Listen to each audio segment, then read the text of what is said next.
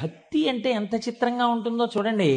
ఈ గుగ్గిలి నాయనార్ జీవితంలోనే ఆ పక్కనే ఉన్నటువంటి రాజ్యంలో ఒక శివలింగం ఒకటి ఉంది. ఆ శివలింగం మేము కంచి వెళ్ళాం. ఆ కంచి వెళ్ళినప్పుడు శివలింగం ఇలా ఉంటుంది, గొట్టంలాగా కింద వెడల్పుగా ఉంటుంది, పైకి వెళ్ళే కొద్దీ సన్నగా ఉంటుంది.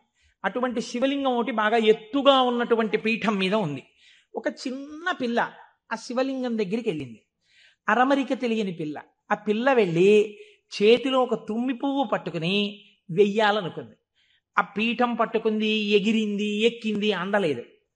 ఆ పిల్ల ఏడుపు మొదలెట్టింది. ఏడుపు మొదలెట్టి, శివా శివా నువ్వు నాకు అందట్లేదు, పువ్వు ఎలా వేయనంది. శంకరుడు ఆ భక్తికి పరవశించిపోయాడు. ఇది భగవంతుడు దేనికి కట్టుబడతాడు? ఆ భక్తికి కట్టుబడతాడు. శివ అన్న శబ్దమే చాలా గొప్పది. ఈ శివాష్టోత్తర శతనామ స్తోత్ర ప్రారంభం కూడా శివశబ్దంతో ప్రారంభమైంది. ఆ పురాణము కూడా శివ మహాపురాణము అని శివశబ్దంతో ప్రారంభమైంది. శివశబ్దాన్ని అమరకోశం వ్యాఖ్యానం చేసింది. అమరకోశం అంటే మనకి సాధికారికమైనటువంటి గ్రంథము. చిత్రం ఏమిటంటే దాన్ని రచించినటువంటి వారు జైనుడు. అమరసింహుడు అనబడేటటువంటి ఒక జైనుడు ఆయన అమరకోశాన్ని రచించి దానితో పాటుగా అనేక గ్రంథాలని రచించారు.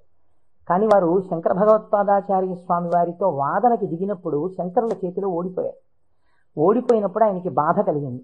నేను శంకరాచార్యుల వారి చేతిలో ఓడిపోయాను కనుక నేను రచించినటువంటి గ్రంథములన్నీ కూడా పనికిమాలినవైపోయాయని ఆయన ఆ గ్రంథములన్నింటినీ తగలబెట్టేశారు.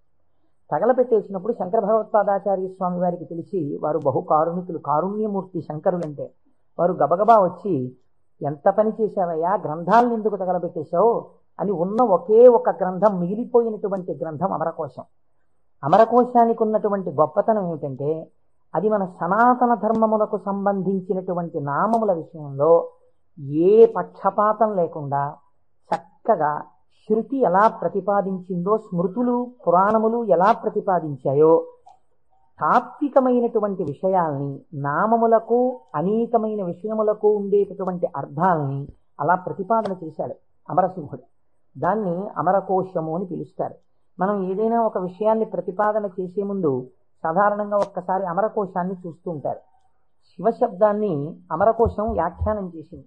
శివ అన్న మాటని ఏ విధంగా మనం అర్థం చేసుకోవలసి ఉంటుంది అంటే, అమరకోశంలో దాని గురించి అనేక రకాలైనటువంటి అర్థాలు చెప్పారు. అసలు ఈ అర్థం ఏమిటో మీకు తెలిస్తే తప్ప, లేదా నాకు తెలిస్తే తప్ప, మనం దాని గురించి కొద్దిగా అర్థం చేసుకునే ప్రయత్నం చేస్తే తప్ప అసలు శివ అనేటటువంటి నామానికి ఉన్న అర్థం తెలియదు. ఎందుకంటే శివ శివ అని రెండు శబ్దములు మనకి లోకంలో నానుడిలో ఉన్నాయి.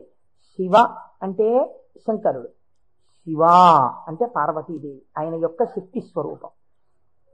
శివ అంటే అమరకోశం అంటుంది, శామ్యతి పరమానంద రూపత్వ నిర్వికారో భవతీతి శివ.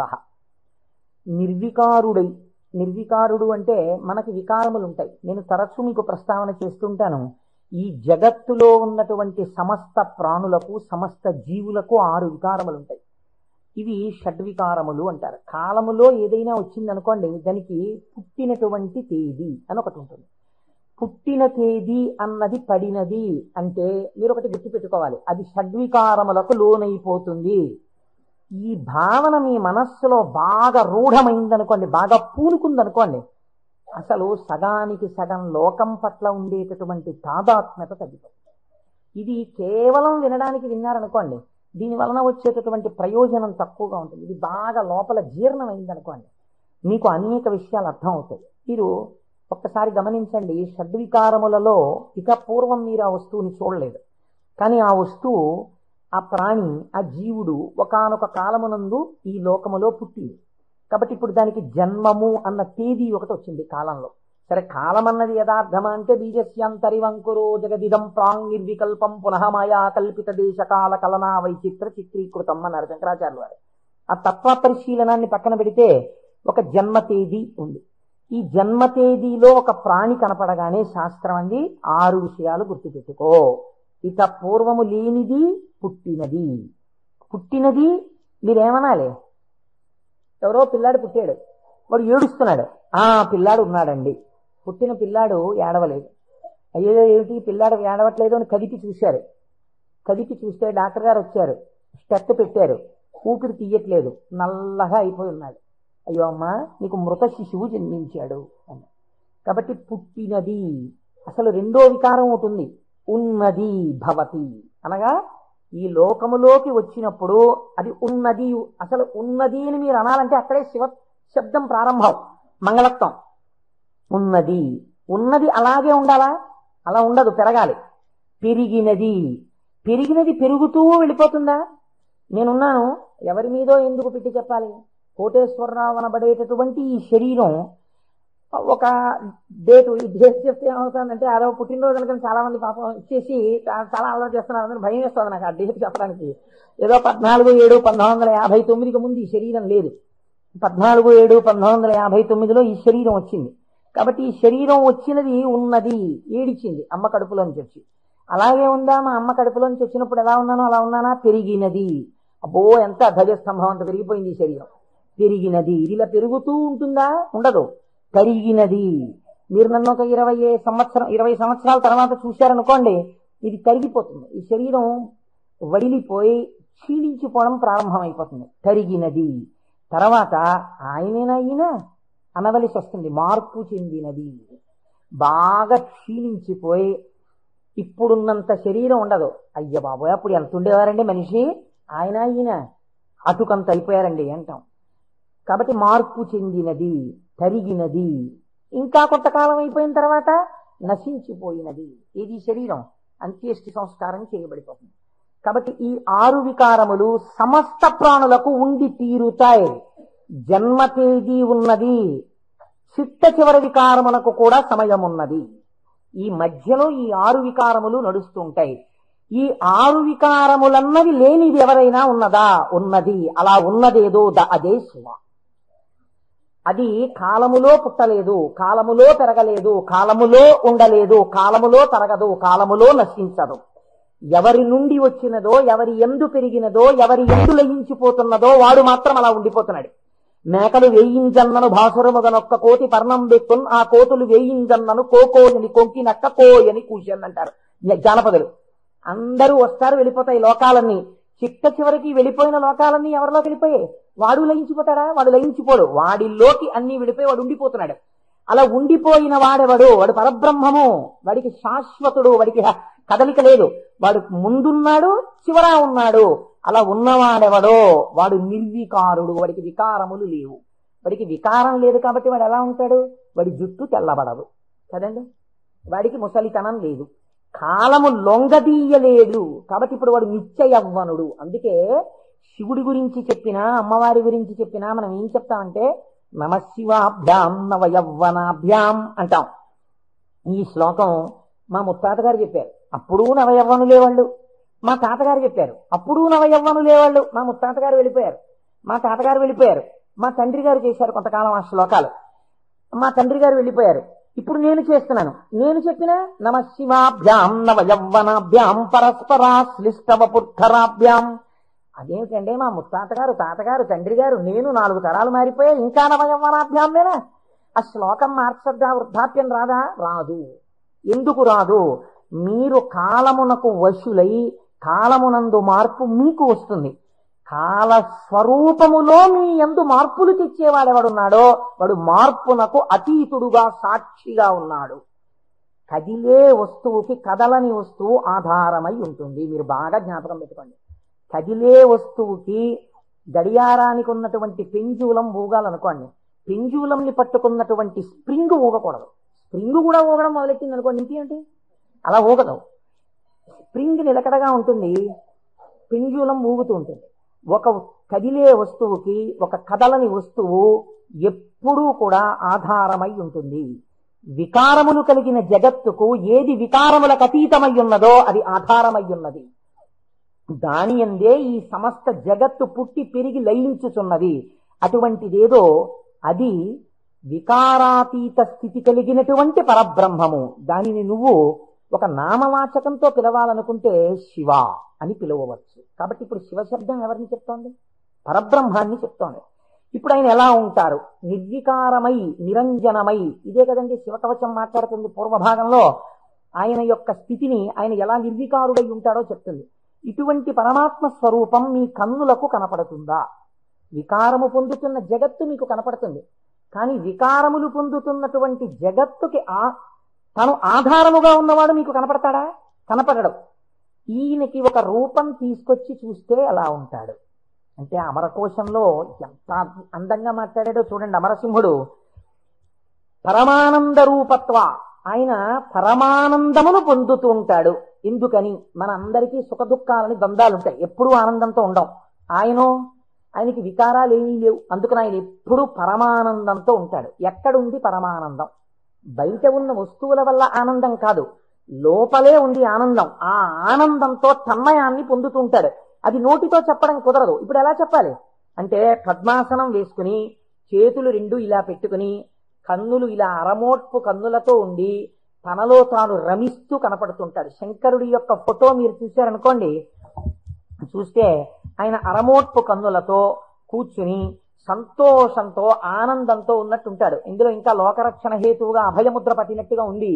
ఆయన అరమోట్పు కన్నులతో ఆనందంతో రమించిపోతున్నట్టుగా ఉంటుంది శివస్వరూపం. అంటే ఘనీభవించినటువంటి ఆనంద స్వరూపమే పరమాత్మ యొక్క స్వరూపం.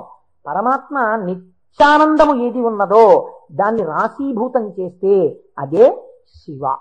కాబట్టి ఇప్పుడు పరమాత్మ యొక్క స్వరూపమేమి? ఆనంద ఘనమే పరమాత్మ. కాబట్టి ఇప్పుడు ఆయన అన్ని వికారములకు అతీతుడై తనలో తాను రమించిపోతూ ఆనందపడిపోతూ ఉండేవాడెవరో, కదలిక ఉండదు ఇంకా మనస్సులో, అన్ని అరికట్టి లోపల ఉన్నటువంటి ఆనందంతో తాను కలిసిపోయి తానే చిదానంద రూపుడై ఉంటాడు. దీనికి మీకు పోలిక చెప్పాలంటే ఒక్కటి కుదురుతుంది. మనం కదులుతున్నటువంటి తరంగములు కలిగిన సరోవరాలం. మీరు చూడండి, అందుకే నిద్ర లేవగానే ఏది ప్రారంభం అవుతుంది పనిచేయి మీకు ప్రారంభంలో నిద్ర లేచారు అనగానే, నిద్ర లేవడం అంటే ఏమిటో తెలుసా అండి? శరీరం లేవడం కాదు. ముందు ఏది లేస్తుందో తెలుసా? పరమాత్మతో రమిస్తున్నటువంటి మనస్సు విడివడుతుంది. విడివడి అది సంకల్ప వికల్ప సంఘాతం. అది వెంటనే ఒక ఆలోచన మొదలెడుతుంది. మొదట ఆలోచన ఏంటి? తెల్లవారిపోయింది. ఈ తెల్లవారిపోయిందన్న మొట్టమొదటి ఆలోచన అది చెయ్యగానే నిర్మలంగా ఉన్నటువంటి నీళ్ళ దగ్గరికి వెళ్ళి మీరు ఒక చిన్న రాయి తీసుకుని ఇలా వేశారనుకోండి, అదేం చేస్తుందంటే ఇలా ఒక తరంగం కదులుతుంది. కదిలి అలా వెడుతుంది. ఇది ఒక్కటే వెళ్ళదు, ఇది వెడుతూ ఇంకో తరంగాన్ని తయారు చేస్తుంది. అలా కదులుతూ తరంగాలుగా ఒక కదలిక రాగానే ఇంకో కదలిక వస్తుంది. తెల్లవారిపోయింది, ఇవాళే నువ్వు శివమహాపురాణం మొదలెట్టాలి, ఇవాళే నువ్వు ఫలానా వాళ్ళ ఇంటికి వెళ్ళి ఒక్కసారి ఆశీర్వచనం చెయ్యాలి, చూసావా తెల్లవారిపోతుంది గబగబా సంధ్యావందనం చెయ్యాలి. ఒకదాని వెనక ఒకటి సంకల్పాలు వచ్చేస్తాయి. ఇవి సుఖములకు దుఃఖములకు కూడా హేతువులు అవుతుంటాయి.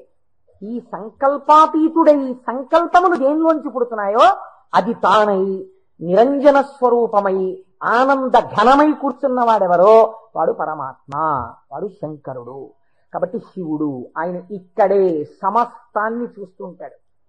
అటువంటి ఆనంద ఘనమునకు శివ అని పేరు. ఇప్పుడు దీనివల్ల మీకు ఏం తెలుస్తోంది? మనుష్య జన్మ యొక్క చిట్ట చివరి ప్రయోజనం ఏమి? ఆ ఆనందము మీరే అగుట. అటువంటి ఆనంద స్వరూపులుగా మీరు మారడమే మనుష్య జన్మ యొక్క ప్రయోజనం. దానికే మోక్షము అని పేరు. కాబట్టి ఇప్పుడు అటువంటి మోక్ష స్థితిని పొందాలనుకున్న వాళ్ళకి ఎవరు ఆరాధ్య దైవము? శివుడే. కాబట్టి శివయోగోధ్యేయ శివంకర.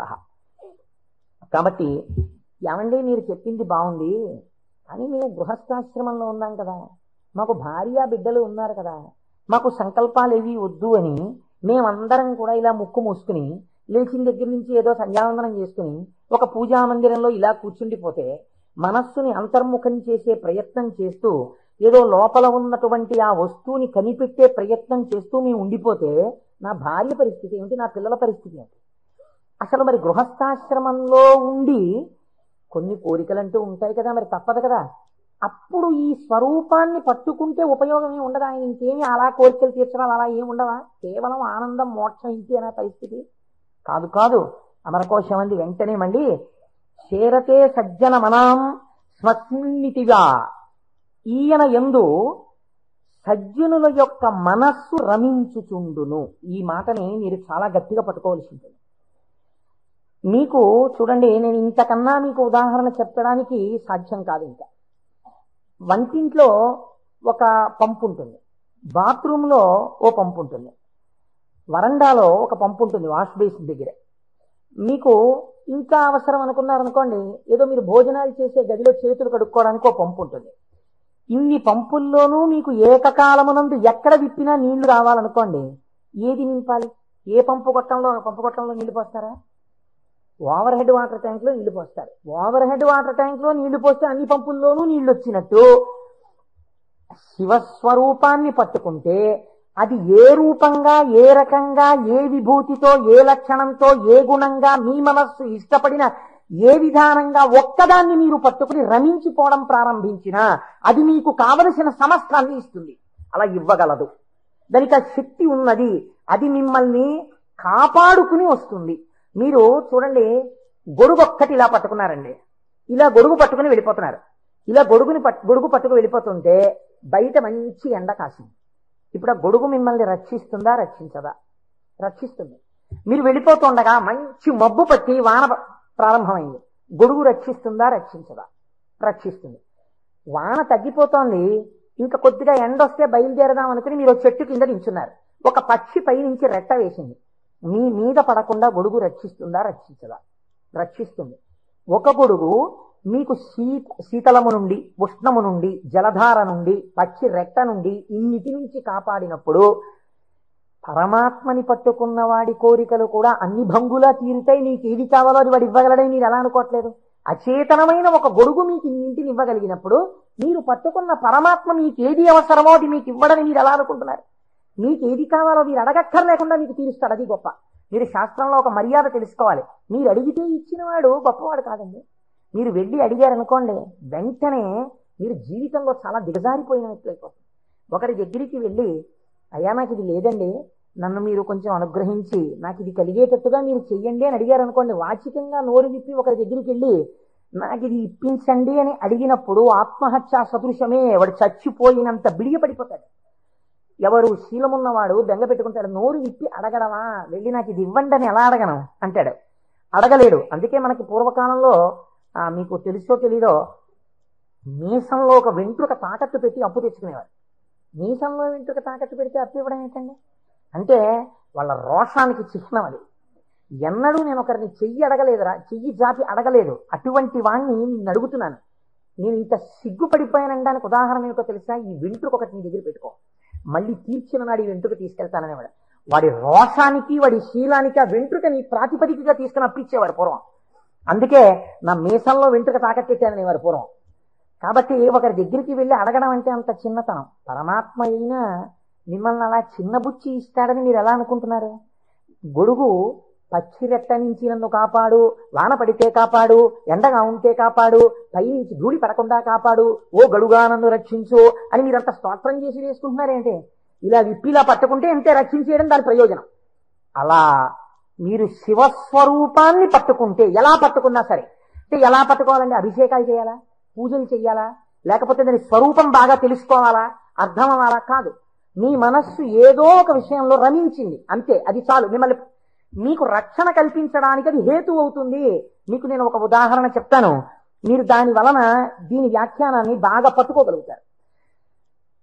నాయనారులని మళ్ళీ నేను ఏదో లౌకికమైన ఉదాహరణ ఎందుకు తేవాలి? మనకి 63 నాయనారులు ఉన్నారు. అంటే శివుని యొక్క అనుగ్రహము చేత తరించిపోయిన మహాపురుషులు. ఆ 63 నాయనారులో గుగ్గుల కలయ నాయనారు అని ఒక ఆయనకి ముందు అసలు గుగ్గుల అన్న పేరు కలపలేదు. కలయ నాయనారు ఆయన పేరు. అమృతఘటేశ్వరుడు ఉన్న క్షేత్రంలో పుట్టారు ఆయన పేరు కలయ. అందుకని ఈయన పేరు కూడా కలయ అని పిలుస్తూ ఉండేవారు. ఈ కలయ నాయనారికి ఒక లక్షణం ఉండేది. ఆయన చేసే పూజ ఏమిటో తెలుసా అండి? ఆయన ఎప్పుడు భగవంతుడి దగ్గర కూర్చొని అనుకునేవాడు, సుగంధిం పుష్టివర్ధనం అంటారు కదా, త్రయంబకం అని పిలుస్తారు కదా, 3 కన్నులు ఉంటాయి కదా, ఆయన వస్తుంటే సువాసనలు వస్తాయి కదా. ఆనాడు మార్కండేయుడు శివలింగాన్ని గట్టిగా కౌగిలించుకుని చంద్రశేఖర చంద్రశేఖర చంద్రశేఖర పాహిమాం అని అంటుండగా యమధర్మరాజుని శిక్షించి మార్కండేయుడిని రక్షించడానికి శివలింగంలోంచి ఆవిర్భవించాడు కదా. ఆవిర్భవించినప్పుడు శివుడి కన్నా ముందు శివుని యొక్క సువాసనలు మార్కండేయుడు పీల్చి ఉంటాడు కదా. శివుడు వచ్చేసాడని పొంగిపోయి ఉంటాడు కదా.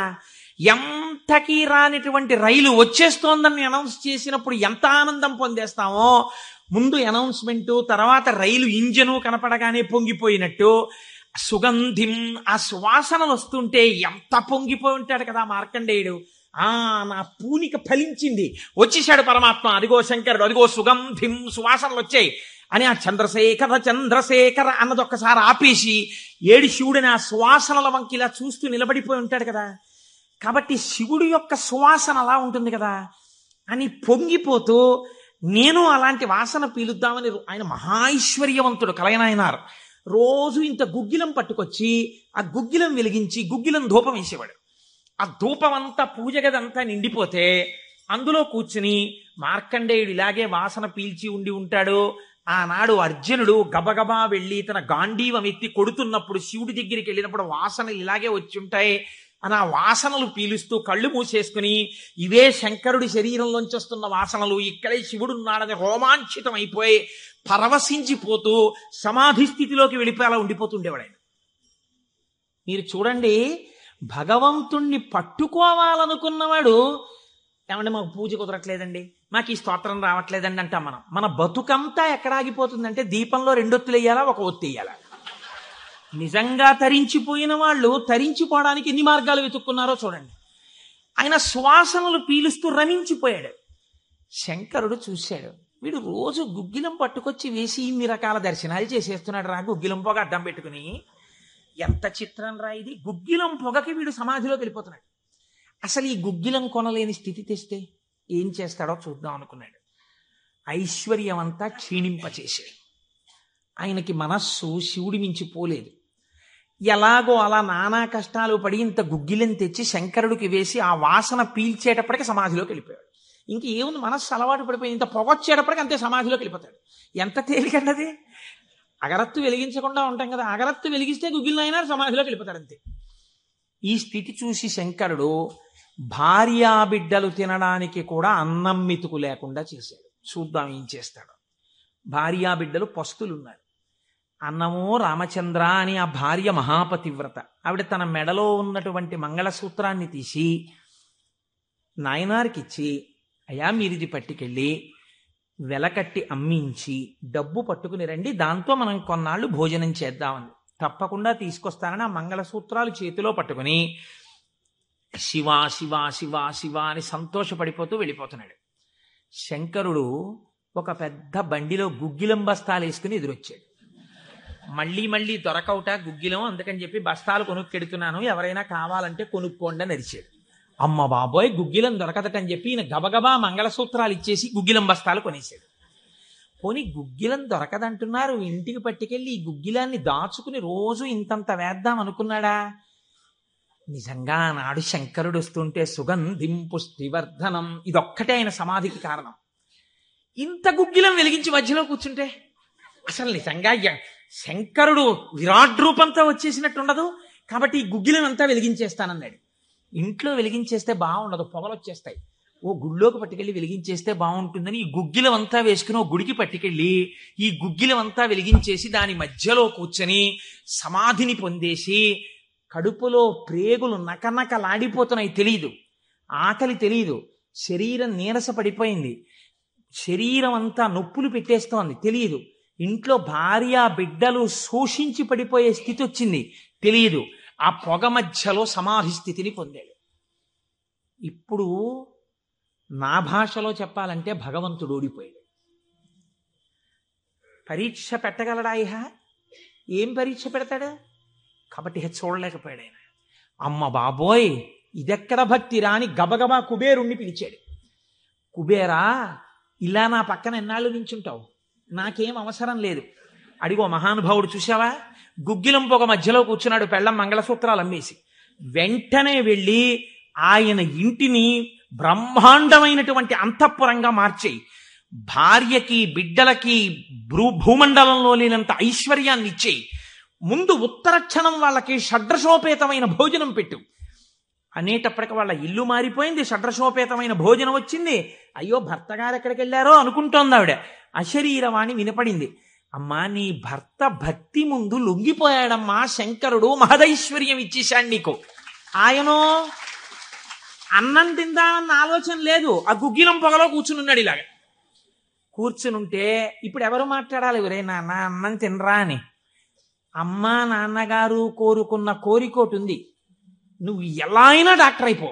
ఇంజక్షన్ చేసేశారు ఆ పిల్లకి. 3 ఏళ్ళు అయిపోయినా, 4 ఏళ్ళు అయిపోయినా, 21 ఏళ్ళు వచ్చేసినా, ఇప్పుడు నేను MBBS చదివితే రేపు పెళ్లి కొడుకు దొరుకుతాడా అని కూడా చూసుకోకుండా తల్లిదండ్రుల కోరిక తీర్చడం కోసమని వ్యగ్రతతో చదివేసిన పిల్లలా ఇప్పుడు ఆ తల్లిదండ్రులే వచ్చి అన్నం తినవే, అలా చదవకే, ఆరోగ్యం పాడైపోతుంది అన్నట్టు ఎవడు పరీక్ష పెట్టాడో వాడే దిగొచ్చాడు. దిగొచ్చి ఎవడు ఆ త్రయంబకం నిజంగా సువాసనలు వచ్చి ఆనాడు మార్కండేయుడు బాహ్య స్మృతిని పొందాడు, ఈయన పొందలేదు. పొందకుండా కూర్చున్నాడు. ఇప్పుడు ఆ పరబ్రహ్మం ముట్టుకోవలసి వచ్చింది. ముట్టుకుని కదిపాడు. ఓయ్ కలయా కలయా అని పిలిచాడు. పిలిస్తే ఆయన గభాలన బాహ్య స్మృతిని పొంది అబ్బా శంకరుడు వచ్చేసాడన్నాడు. నిజంగా కనపడితే ఇలా అరుపులు కేకలు ఉండవు. కన్నులంబట నీరు కారిపోతూ ఆ స్వామి పాదాల మీద పడిపోయి ఏ సుగంధిం పుష్టివర్ధనం అన్నాడో ఆ సువాసన పీలుస్తూ అలా పడిపోయి ఉండిపోయాడు. శంకరుడు భుజాలు పట్టుకుని లేపి, ఒరే నాన్న నువ్వు ఇంటికి వెళ్ళింత అన్నం తినరా, నా కడుపు నిండుతుంది, తొందరగా బయలుదేరరా నాయన, ఇక్కడ ఎన్ని నైవేద్యాలు పెట్టినా నాకు వంట పట్టట్లేదురా, నువ్వు ఇలా పడిపోతే తొందరగా వెళ్ళరా బాబు, నీకు ఎక్కడ లేని ఐశ్వర్యం ఇచ్చేశాను, కావలసినంత గుగ్గిలం వేసే, ముందు వెళ్ళి అన్నం తినన్నాడు. అప్పుడు ఆయన ఇంటికి వెళ్ళాడు. ఇంటికెళ్ళి షడ్రసోపేతమైనటువంటి భోజనాన్ని నాయనార్ స్వీకరించాడు. దీన్ని గుగ్గిల నాయనార్ అంటారు పెరియ పురాణంలో. ఎందుకంటే శివపురాణం చెప్పుకుంటూ నాయనార్ల చరిత్రని అనుసంధానం చేసి ఉత్తరాయణ పుణ్యకాలంలో నాయనార్ల గురించి వింటే పార్వతీ సహితుడైనటువంటి ఆ పరమశివుడు పొంగిపోయి పరవశించిపోతాడు. అందుకే లౌకికమైన ఉదాహరణలు మానేసి అవసరమైన చోట నాయనార్ల చరిత్రలే కలిపేద్దాం.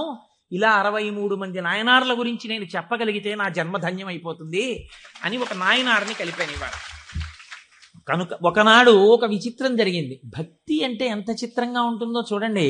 ఈ గుగ్గిల నాయనార్ జీవితంలోనే ఆ పక్కనే ఉన్నటువంటి రాజ్యంలో ఒక శివలింగం ఒకటి ఉంది. ఆ శివలింగం మొన్నను మేము కంచి వెళ్ళాం.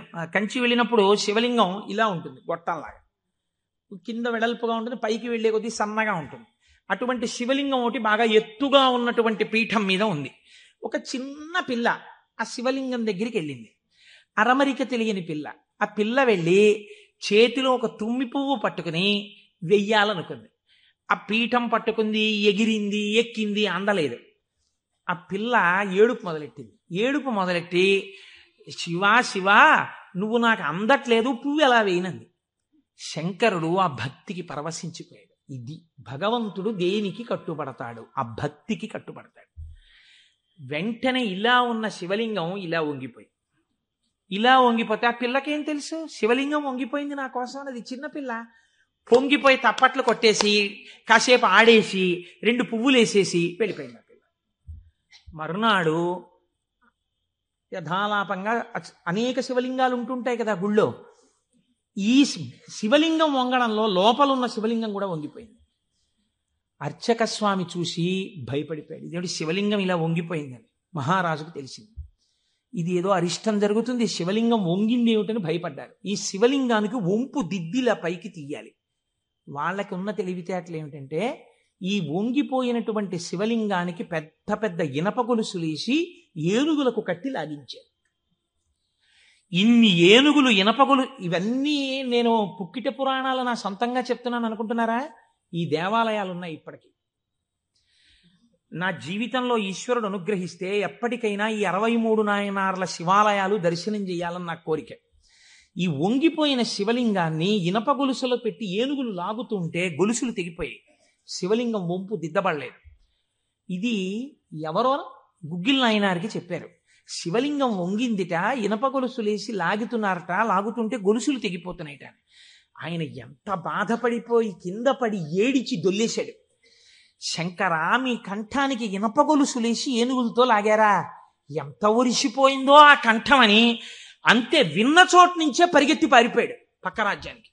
పారిపోయి గుళ్ళోకి వెళ్ళి అన్నం లేదు, నీళ్లు లేవు, ఒగరుస్తూ ఒంటి నిండా చెమటలు పట్టుకుని ఈశ్వర, మీకు జరిగినటువంటి అపరాధం నా శరీరమునకు పొందేటటువంటి ఖేదంతో పోవాలని మీ వంపు దిద్దడం కాదు, మీ వంపు దిద్దడానికి మీకు ఇనప గొలుసు లేచి లాగినప్పుడు మీ కంఠం నొక్కుకుని ఉంటుంది, ఆ శిక్ష నేను అనుభవిస్తానని ఒక గొలుసు, తన మెడలో ఉన్నటువంటి గొలుసుని శివలింగపు వంపుకేసి గట్టిగా లాగాడు, తన కంఠం ఒరిసిపోయి తెగాలని. తన కంఠం తెగలేదు, శివలింగం వంపు ఇలా పైకి లేచిపోయింది. ఆ వంపు దిద్దినటువంటి వాడు గుగ్గిల నాయనార్. ఇప్పుడు మీరు నాకు చెప్పండి, బ్రతికున్న నాళ్ళు గుగ్గిల నాయనార్ ఏం చేశాడు డబ్బు సంపాదించడానికంటే ఎవ్వరికీ తెలియదు. ఇంట్లో పర్సులోంచి 10 రూపాయలు తీస్తే 1000 రూపాయలు మళ్ళీ ఇంకో రూపంలో వచ్చేస్తుండేవి. అంత చిత్రంగా ఆయన మహదైశ్వర్య సంపన్నుడై, అందుకే అంటారు శాస్త్రంలో, ఐశ్వర్యము కావాలన్నవాడు శివారాధన చెయ్యాలి. శివారాధన అపారమైన ఐశ్వర్య హేతువు. అందున దక్షారామం లాంటిదైతే గొప్ప భోగస్థానం కూడా. అంత ఐశ్వర్యంతో జీవిస్తూ శివభక్తిని విడిచిపెట్టలేదు. శివభక్తితో ఐశ్వర్యంలో ఉన్నాడు. అంత్యమునందు తేలికగా శరీరం విడివడి హాయిగా పరమశివుని యొక్క పాదములలో కలిసిపోయాడు. ఇప్పుడు మీరు చెప్పండి, అమరకోశంలో మహానుభావుడు అమరసింహుడు శివశబ్దానికి సజ్జనుల యొక్క మనస్సు రమించేటటువంటి స్వరూపము కలిగిన వాడు అని శివశబ్దానికి అర్థం చెప్పడంలో ఎంత గంభీరమైన అర్థం ఉందో మీరు చూడండి. శివశబ్దము సజ్జనుల యొక్క మనసు రమించు స్థానము. ఎలా రమిస్తుంది, దేనివల్ల? దానికి ఈ కారణం ఆ కారణం అని చెప్పడం కుదరదు. మీకు మనస్సుంటే, భక్తి ఉంటే ఒక్క కారణం చాలు. ఏదో ఒక కారణంతో శివుని యందు మనసు రమిస్తే వాడికి సమస్తమైనటువంటి ఐశ్వర్యము కలుగుతుంది. ఇహము నుండి పరము వరకు, మోక్షము వరకు పొందగలడు. కాబట్టి అటువంటి స్థితిని ఇయ్యగలిగినది. 3వ నిర్వచనంలో అంటారు, చేతే సజ్జన మనస్వితివా. సాధువుల యొక్క మనస్సు యందు తానుండువాడు. ఇప్పటి వరకు సాధువులు తమ మనస్సు శివుని యందు పెట్టారు. ఇప్పుడే స్థితి కెడతట. ఇదే భృంగీచ్ఛా నటనోత్కట కరిమదగ్రాహీ స్ఫురన్మాధవా లాదో నాదయుతో మహాసితవపు పంచేషు బాణాధృత సత్పక్ష సుమనోవనేషు నపునః సాక్షాన్మదీయే మనోరాజీవే భ్రమరాధిపో విహరతాం శ్రీశైలవాసీ విభుహో అని పిలుస్తారు శంకరాచార్యులు వారి శివానందలహరిలో. లోపల ఉండేటటువంటి హృదయ పద్మము పరిశుద్ధముగా భక్తి అన్న తేనెతో నిండి ఉంటే 2 గండు తుమ్మెదలు వస్తాయి. పార్వతీ పరమేశ్వరులనే గండు తుమ్మెదలు వచ్చి విహరిస్తుంటాయి అక్కడ తేనె కోసం. ఇప్పుడు ఎవరి మనస్సు నిరంతరము శివనామము పట్టుకుని రమించిపోతోందో, ఎవరు శృతి ప్రమాణము చేత పరవశించిపోతున్నారో అటువంటి వారి మనస్సు యందు పరమశివుడే వెళ్ళి చేరి ఉంటాడు. అంటే ఆయనే శివుడైపోయి ఉంటాడు. ఇది నోటితో చెప్తే చాలా మంది అందుకుని ఉంటారు, కానీ నేను దీనికి కూడా ఒక ఉదాహరణ ఇచ్చే ప్రయత్నం చేస్తాను. చంద్రశేఖర పరమాచార్య స్వామి వారికి నడిచే దేవుడు అని పేరు. మహానుభావుడు, ప్రాతస్మరణీయులు. మొన్నట్నే మేము కంచి కామకోటి పీఠానికి వెళ్ళి స్వామివారి బృందావనం దగ్గర ప్రణిపాతం చేసి వచ్చాం. ఆ సమాధి అన్నమాట వాడరు పెద్దలు. సన్యసించినటువంటి వారిని సమాధి చేసిన చోట పైన తులసి కోట పెడితే బృందావని మీరు పిలవాలి. ఇది బృందావనం అండి, చంద్రశేఖర పరమాచార్య స్వామి వారి బృందావనం అనాలి. అలా కాకుండా సమాధి మీద శివలింగం ఉంటే బృందావనం అనకూడదు, అధిష్టానము అనాలి. ఇది రమణ మహర్షి యొక్క అధిష్టానం అండి అనాలి. రమణాశ్రమంలోకి వెళ్ళారనుకోండి, మీరు ఇది రమణ మహర్షి సమాధనో రమణ మహర్షి బృందావనమనో మీరు ఉచ్చరిస్తే మీ యందు దోషం పడుతుంది. అలా అనకూడదు. ఇది రమణుల అధిష్టానము అని పిలవాలి. ఎందుకంటే దాని మీద శివలింగం ఉంటుంది కనుక. అటువంటి బృందావనం చంద్రశేఖర పరమాచార్య స్వామి వారి బృందావనం దగ్గర మేము మొన్న ప్రణిపాతం చేసి వచ్చే అదృష్టాన్ని పరమాచార్య స్వామి మాకు అనుగ్రహించారు. పరమాచార్య స్వామి ఒక మాట చెప్పుకుంటూ ఉండేవారు. ఆయన అనేవారు, నాకు ఎప్పుడైనా చీకట్లో వెడుతున్నప్పుడు ఒక విగ్రహాన్ని చూస్తే నా బాధ్యత నాకు గుర్తొస్తుందనేవారు. ఇదండి రమించడం అంటే, ఇది శివుడంటే. మామూలుగా మాట్లాడడం, ఇలా ఉపన్యాసాలు చెప్పడం గొప్ప కాదు. రమించిన హృదయంలోంచి అటువంటి మాట రావడం ఆ వ్యక్తి యొక్క స్థితిని చూపిస్తుంది. పరమాచార్య నడిచి వెళ్ళిపోతుండేవారు. తెల్లవారుజామున 3 గంటలకి వారు నడిచి వెళ్ళిపోతున్నారు. ఒకసారి నడిచి వెళ్ళిపోతుంటే ఒక ఊరి మధ్యలో ఒక కోటు వేసుకున్నటువంటి ఒక వ్యక్తి, వాడెవరో ఒక రాజకీయ నాయకుడు, ఆయన యొక్క శిలా ప్రతిమ ఒకటి ఉంది. పరమాచార్య నిలబడి ఒక నవ్వు నవ్వారు. పరమాచార్య నవ్వారంటే దానిలో ఏదో అర్థం ఉంటుంది. ఆయనతో ఆనాడు అంతేవాసులై దగ్గరగా నడిచినటువంటి శిష్యులున్నారే, వారు అదృష్టవంతులు కనుక వారి దగ్గరగా వెళ్ళి నిలబడ్డారు. ఎందుకు నవ్వారు అని అడగరు కదా. వారు నవ్వి అన్నారు, దీన్ని చూస్తే నాకేం జ్ఞాపకం వస్తుందో తెలుసా, నా బాధ్యత జ్ఞాపకానికి వస్తోంది అన్నారు. అదేమిటండి, ఆ విగ్రహానికి మీకు సంబంధం ఏమిటి అనుకున్నారు విన్నవాళ్ళు. ఆయన అన్నారు, ఈ విగ్రహంలో ఉన్న వ్యక్తి తెల్లవారుజామున 3 గంటలకి ఇలాగే కోటేసుకుని నిలబడి ఉండేవాడా అని అడిగారు. అప్పుడు 3 కదా అయింది టైము. తెల్లవారుజామున 3 గంటలకి ఆ విగ్రహంలో ఉన్న వ్యక్తి ఎవరు ఉన్నాడో ఆయన అలా కోటేసుకుని నిలబడ్డ కదా.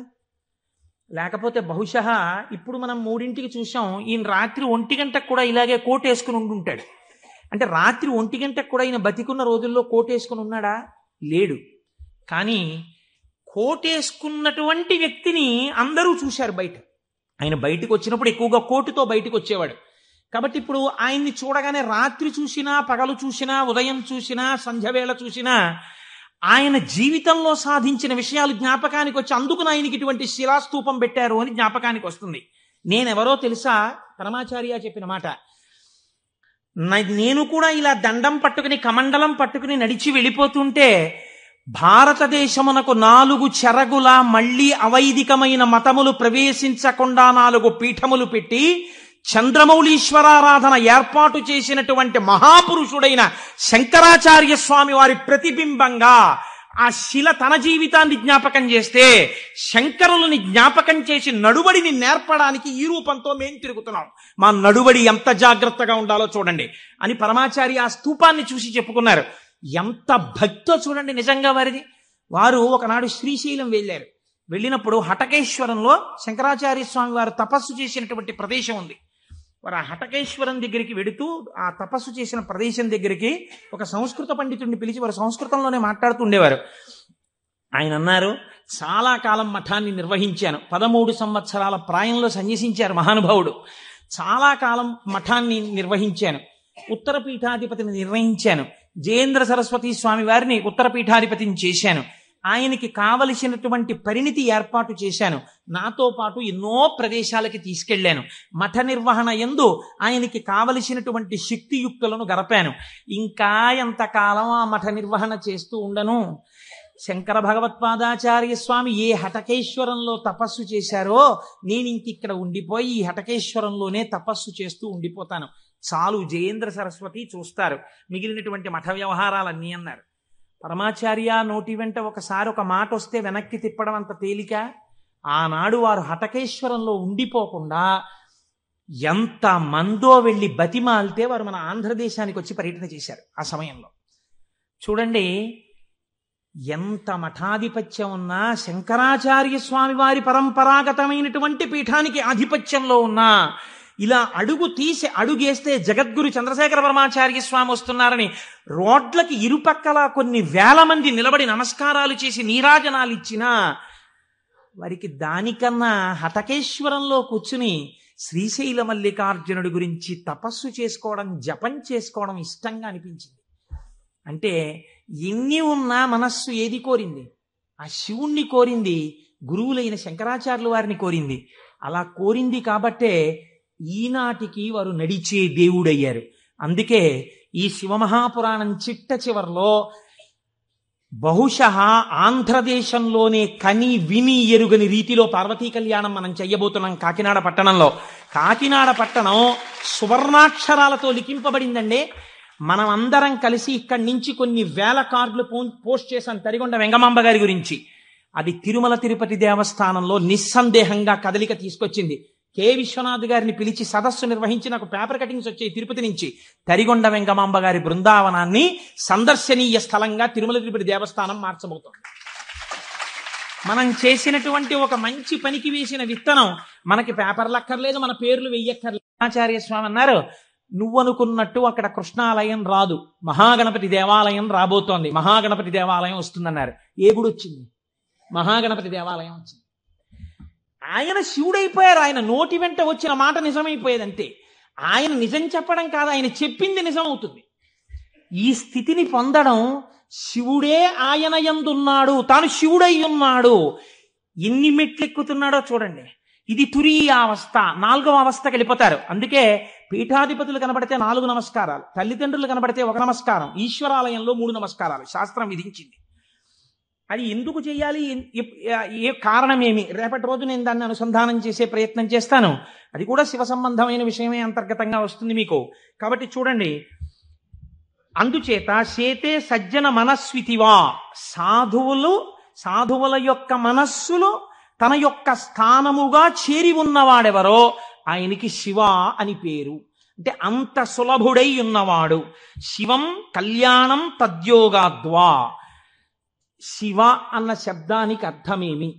శుభము, భద్రము, శోభనము, మంగళము, కళ్యాణము, శ్రేయస్సు, వీటిని శివ అని పిలుస్తారు. ఇవన్నీ పర్యాయ పదాలు, కొద్ది తేడాలతో. మీ ఇంటికి ఒక మంగళం జరగాలనుకోండి, అంటే ఉదాహరణకి పుట్టిన వాళ్ళు పుట్టినట్టే ఉండిపోవాలని మనం కోరుకోం కదా. నాకో 2 బిడ్డలుంటే వాళ్ళు పెరిగి పెద్దవాళ్ళు అయిన తర్వాత నాకో కోడలు అల్లుడు రావాలని ఉంటుంది. అలా కలయనాయనారు రోజు ఇంత గుగ్గిలం పట్టుకొచ్చి ఆ గుగ్గిలం వెలిగించి గుగ్గిలం ధూపం వేసేవాడు. ఆ ధూపం అంతా పూజ గదంతా నిండిపోతే అందులో కూర్చుని మార్కండేయుడు ఇలాగే వాసన పీల్చి ఉండి ఉంటాడు. ఆనాడు అర్జునుడు గబగబా వెళ్ళి తన గాంధీవం ఎత్తి కొడుతున్నప్పుడు శివుడి దగ్గరికి వెళ్ళినప్పుడు వాసనలు ఇలాగే వచ్చి ఉంటాయి అని ఆ వాసనలు పీలుస్తూ కళ్ళు మూసేసుకుని, ఇవే శంకరుడి శరీరంలోంచి వస్తున్న వాసనలు, ఇక్కడే శివుడున్నాడని రోమాంచితం అయిపోయి పరవశించిపోతూ సమాధి స్థితిలోకి వెళ్ళిపోయేలా ఉండిపోతుండేవాడు ఆయన. మీరు చూడండి, భగవంతుణ్ణి పట్టుకోవాలనుకున్నవాడు, ఏమంటే మాకు పూజ కుదరట్లేదండి, మాకు ఈ స్తోత్రం రావట్లేదండి అంటాం మనం. మన బతుకంతా ఎక్కడ ఆగిపోతుందంటే దీపంలో 2 ఒత్తులు వేయాలా, 1 ఒత్తి వేయాలా. నిజంగా తరించిపోయిన వాళ్ళు తరించిపోవడానికి ఎన్ని మార్గాలు వెతుక్కున్నారో చూడండి. ఆయన సువాసనలు పీలుస్తూ రమించిపోయాడు. శంకరుడు చూశాడు, వీడు రోజు గుగ్గిలం పట్టుకొచ్చి వేసి ఇన్ని రకాల దర్శనాలు చేసేస్తున్నాడు రా, గుగ్గిలం పొగ అడ్డం పెట్టుకుని. ఎంత చిత్రం రా ఇది, గుగ్గిలం పొగకి వీడు సమాధిలోకి వెళ్ళిపోతున్నాడు. అసలు ఈ గుగ్గిలం కొనలేని స్థితి తెస్తే ఏం చేస్తాడో చూద్దాం అనుకున్నాడు. ఐశ్వర్యం అంతా క్షీణింపచేశాడు. ఆయనకి మనస్సు శివుడి మించి పోలేదు. ఎలాగో అలా నానా కష్టాలు పడి ఇంత గుగ్గిలం తెచ్చి శంకరుడికి వేసి ఆ వాసన పీల్చేటప్పటికి సమాధిలోకి వెళ్ళిపోయాడు. ఇంక ఏముంది, మనస్సు అలవాటు పడిపోయి ఇంత పొగొచ్చేటప్పటికి అంతే సమాధిలోకి వెళ్ళిపోతాడు. ఎంత తేలికండది. అగరత్తు వెలిగించకుండా ఉంటాం కదా, అగరత్తు వెలిగిస్తే గుగ్గిలం అయినా సమాధిలోకి వెళ్ళిపోతాడు అంతే. ఈ స్థితి చూసి శంకరుడు భార్యా బిడ్డలు తినడానికి కూడా అన్నం మెతుకు లేకుండా చేశాడు. చూద్దాం ఏం చేస్తాడు. భార్యా బిడ్డలు పస్తులున్నారు. అన్నమో రామచంద్ర అని ఆ భార్య మహాపతివ్రత. ఆవిడ తన మెడలో ఉన్నటువంటి మంగళసూత్రాన్ని తీసి నాయనారికి ఇచ్చి, అయ్యా మీరిది పట్టుకెళ్ళి వెలకట్టి అమ్మించి డబ్బు పట్టుకుని రండి, దాంతో మనం కొన్నాళ్ళు భోజనం చేద్దామని. తప్పకుండా తీసుకొస్తానని ఆ మంగళసూత్రాలు చేతిలో పట్టుకుని శివ శివ శివ శివ అని సంతోషపడిపోతూ వెళ్ళిపోతున్నాడు. శంకరుడు ఒక పెద్ద బండిలో గుగ్గిలం బస్తాలు వేసుకుని ఎదురొచ్చాడు. మళ్ళీ దొరకవుట గుగ్గిలం, అందుకని చెప్పి బస్తాలు కొనుక్కెడుతున్నాను, ఎవరైనా కావాలంటే కొనుక్కోండి అని అరిచాడు. అమ్మ బాబోయ్, గుగ్గిలం దొరకదటని చెప్పి ఈయన గబగబా మంగళసూత్రాలు ఇచ్చేసి గుగ్గిలం బస్తాలు కొనేశాడు. పోనీ గుగ్గిలం దొరకదంటున్నారు, ఇంటికి పట్టుకెళ్ళి ఈ గుగ్గిలాన్ని దాచుకుని రోజు ఇంతంత వేద్దాం అనుకున్నాడా? నిజంగా నాడు శంకరుడు వస్తుంటే సుగంధిం పుష్టివర్ధనం, ఇదొక్కటే ఆయన సమాధికి కారణం. ఇంత గుగ్గిలం వెలిగించి మధ్యలో కూర్చుంటే అసలు నిజంగా శంకరుడు విరాట్ రూపంతో వచ్చేసినట్టు ఉండదు. కాబట్టి ఈ గుగ్గిలం అంతా వెలిగించేస్తానన్నాడు. ఇంట్లో వెలిగించేస్తే బాగుండదు, పొగలు వచ్చేస్తాయి. ఓ గుళ్ళోకి పట్టుకెళ్ళి వెలిగించేస్తే బాగుంటుందని ఈ గుగ్గిలం అంతా వేసుకుని ఓ గుడికి పట్టుకెళ్ళి ఈ గుగ్గిలం అంతా వెలిగించేసి దాని మధ్యలో కూర్చొని సమాధిని పొందేసి, కడుపులో ప్రేగులు నకనకలాడిపోతున్నాయి, తెలియదు, ఆకలి తెలియదు, శరీరం నీరస పడిపోయింది, శరీరం అంతా నొప్పులు పెట్టేస్తోంది, తెలియదు, ఇంట్లో భార్య బిడ్డలు శోషించి పడిపోయే స్థితి వచ్చింది, తెలియదు. ఆ పొగ మధ్యలో సమాధి స్థితిని పొందాడు. ఇప్పుడు నా భాషలో చెప్పాలంటే భగవంతుడు ఓడిపోయాడు. పరీక్ష పెట్టగలడా? ఏం పరీక్ష పెడతాడు? కాబట్టి చూడలేకపోయాడు ఆయన. అమ్మ బాబోయ్, ఇదెక్కడ భక్తి రాని గబగబా కుబేరుణ్ణి పిలిచాడు. కుబేరా, ఇలా నా పక్కన ఎన్నాళ్ళు నించుంటావు, నాకేం అవసరం లేదు. అడిగో మహానుభావుడు చూసావా, గుగ్గిలంపు ఒక మధ్యలో కూర్చున్నాడు, పెళ్ళం మంగళసూత్రాలు అమ్మేసి.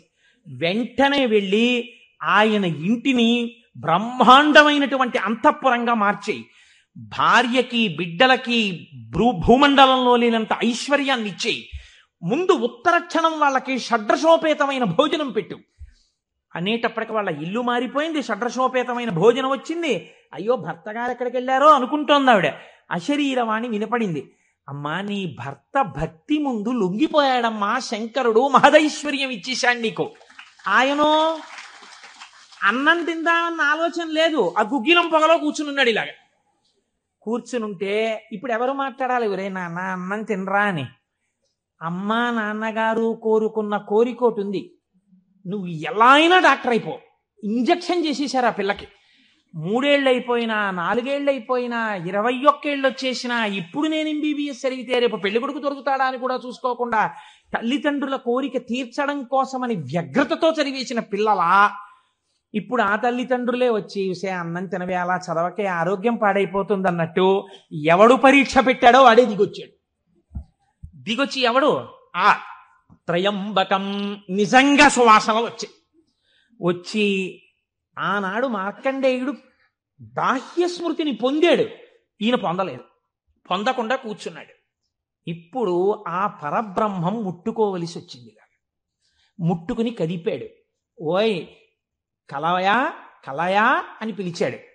పిలిస్తే ఆయన గభాలన బాహ్య స్మృతిని పొంది అబ్బా శంకరుడు వచ్చేసాడన్నాడు. నిజంగా కనపడితే ఇలా అరుపులు కేకలు ఉండవు. కందులంబట నీరు కారిపోతూ ఆ స్వామి పాదాల మీద పడిపోయి ఏ సుగంధిం పుష్టివర్ధనం అన్నాడో ఆ సువాసన పీలుస్తూ అలా పడిపోయి ఉండిపోయాడు. శంకరుడు భుజాలు పట్టుకుని లేపి, ఒరే నాన్న, నువ్వు ఇంటికి వెళ్ళింత అన్నం తినరా, నా కడుపు నిండుతుంది, తొందరగా బయలుదేరరా నాయన, ఇక్కడ ఎన్ని నైవేద్యాలు పెట్టినా నాకు వంట పట్టట్లేదురా, నువ్వు ఇలా పడిపోతే తొందరగా వెళ్ళరా బాబు, నీకు ఎక్కడ లేని ఐశ్వర్యం ఇచ్చేశాను, కావలసినంత గుగ్గిలం వేసాయి, ముందు వెళ్ళి అన్నం తినన్నాడు. అప్పుడు ఆయన ఇంటికి వెళ్ళాడు.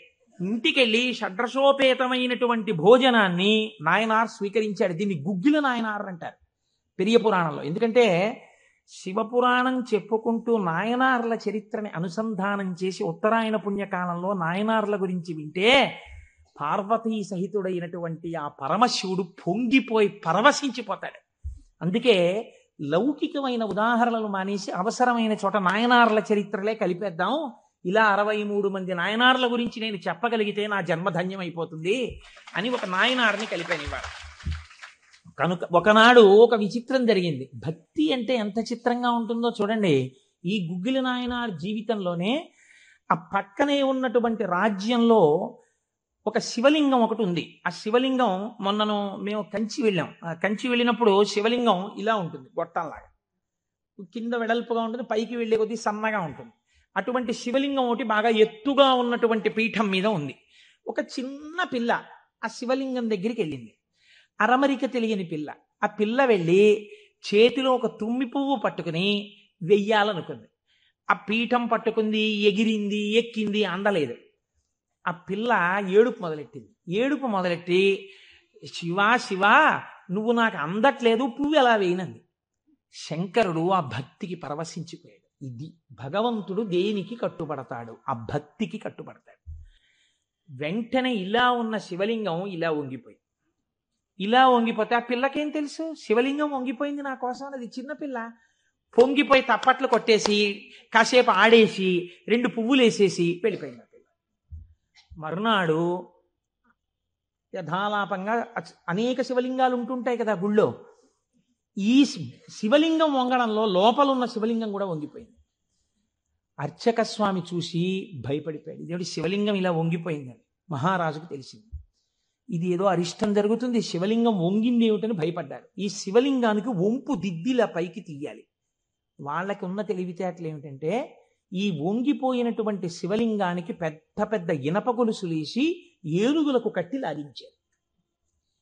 ఇన్ని ఏనుగులు, ఇనపగులు, ఇవన్నీ నేను పుక్కిట పురాణాలు నా సొంతంగా చెప్తున్నాను అనుకుంటున్నారా? ఈ దేవాలయాలు ఉన్నాయి ఇప్పటికీ.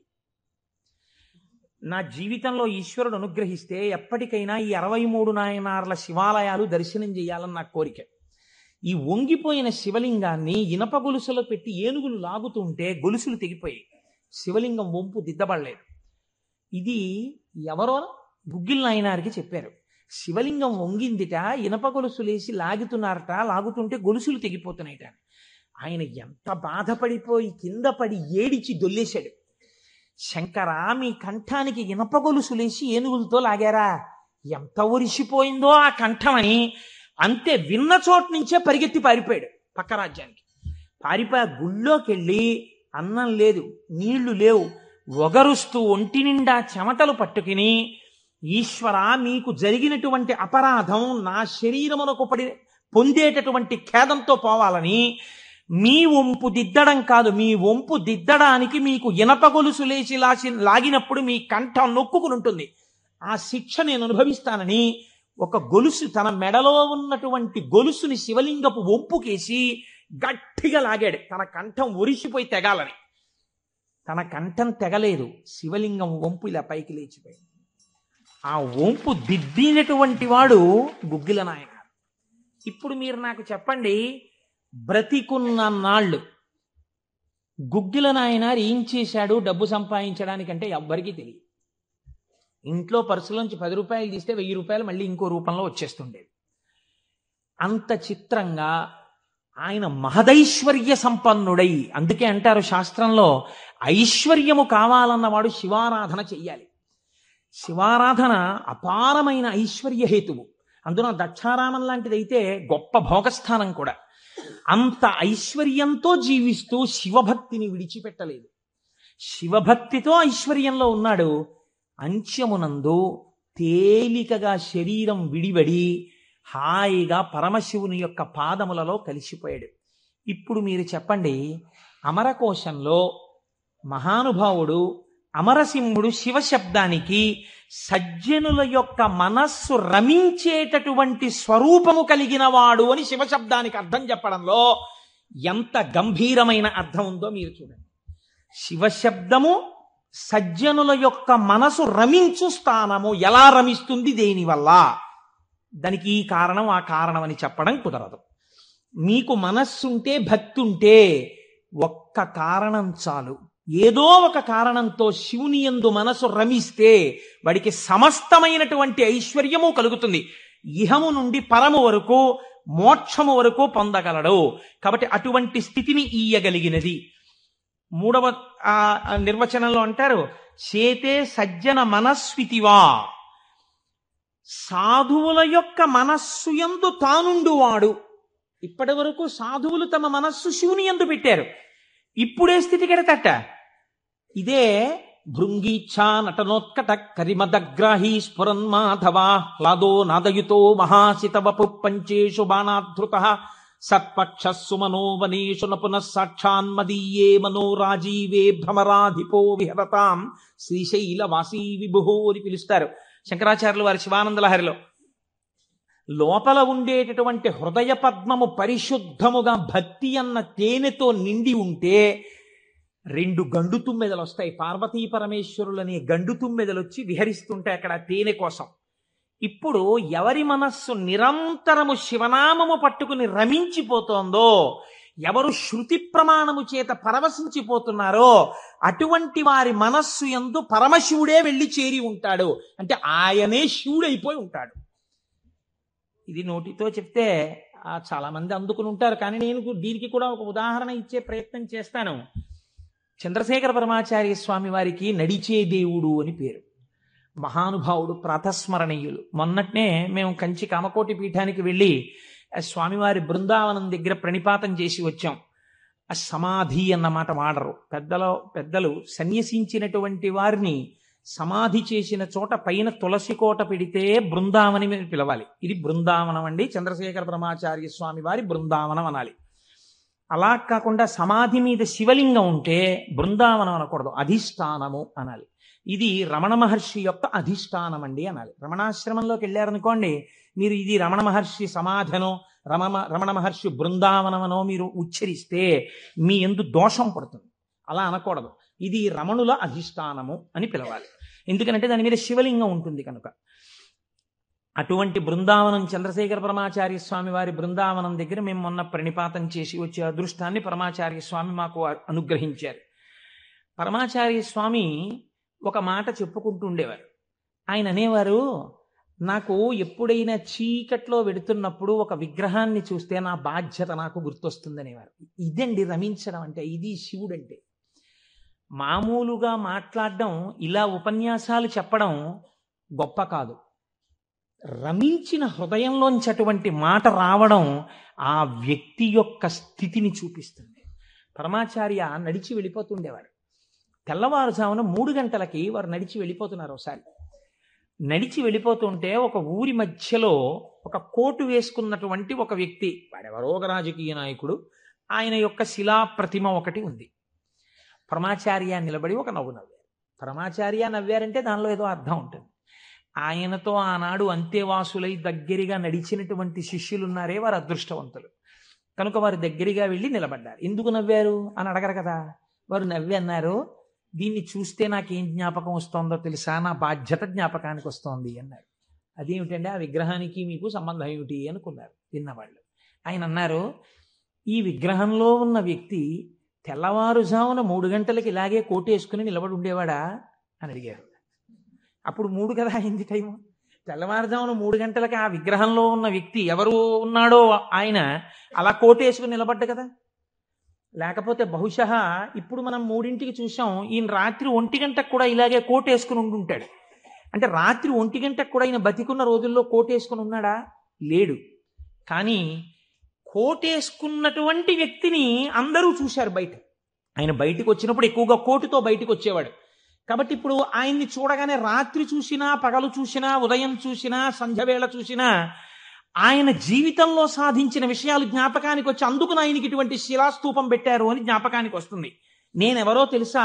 పరమాచార్య చెప్పిన మాట.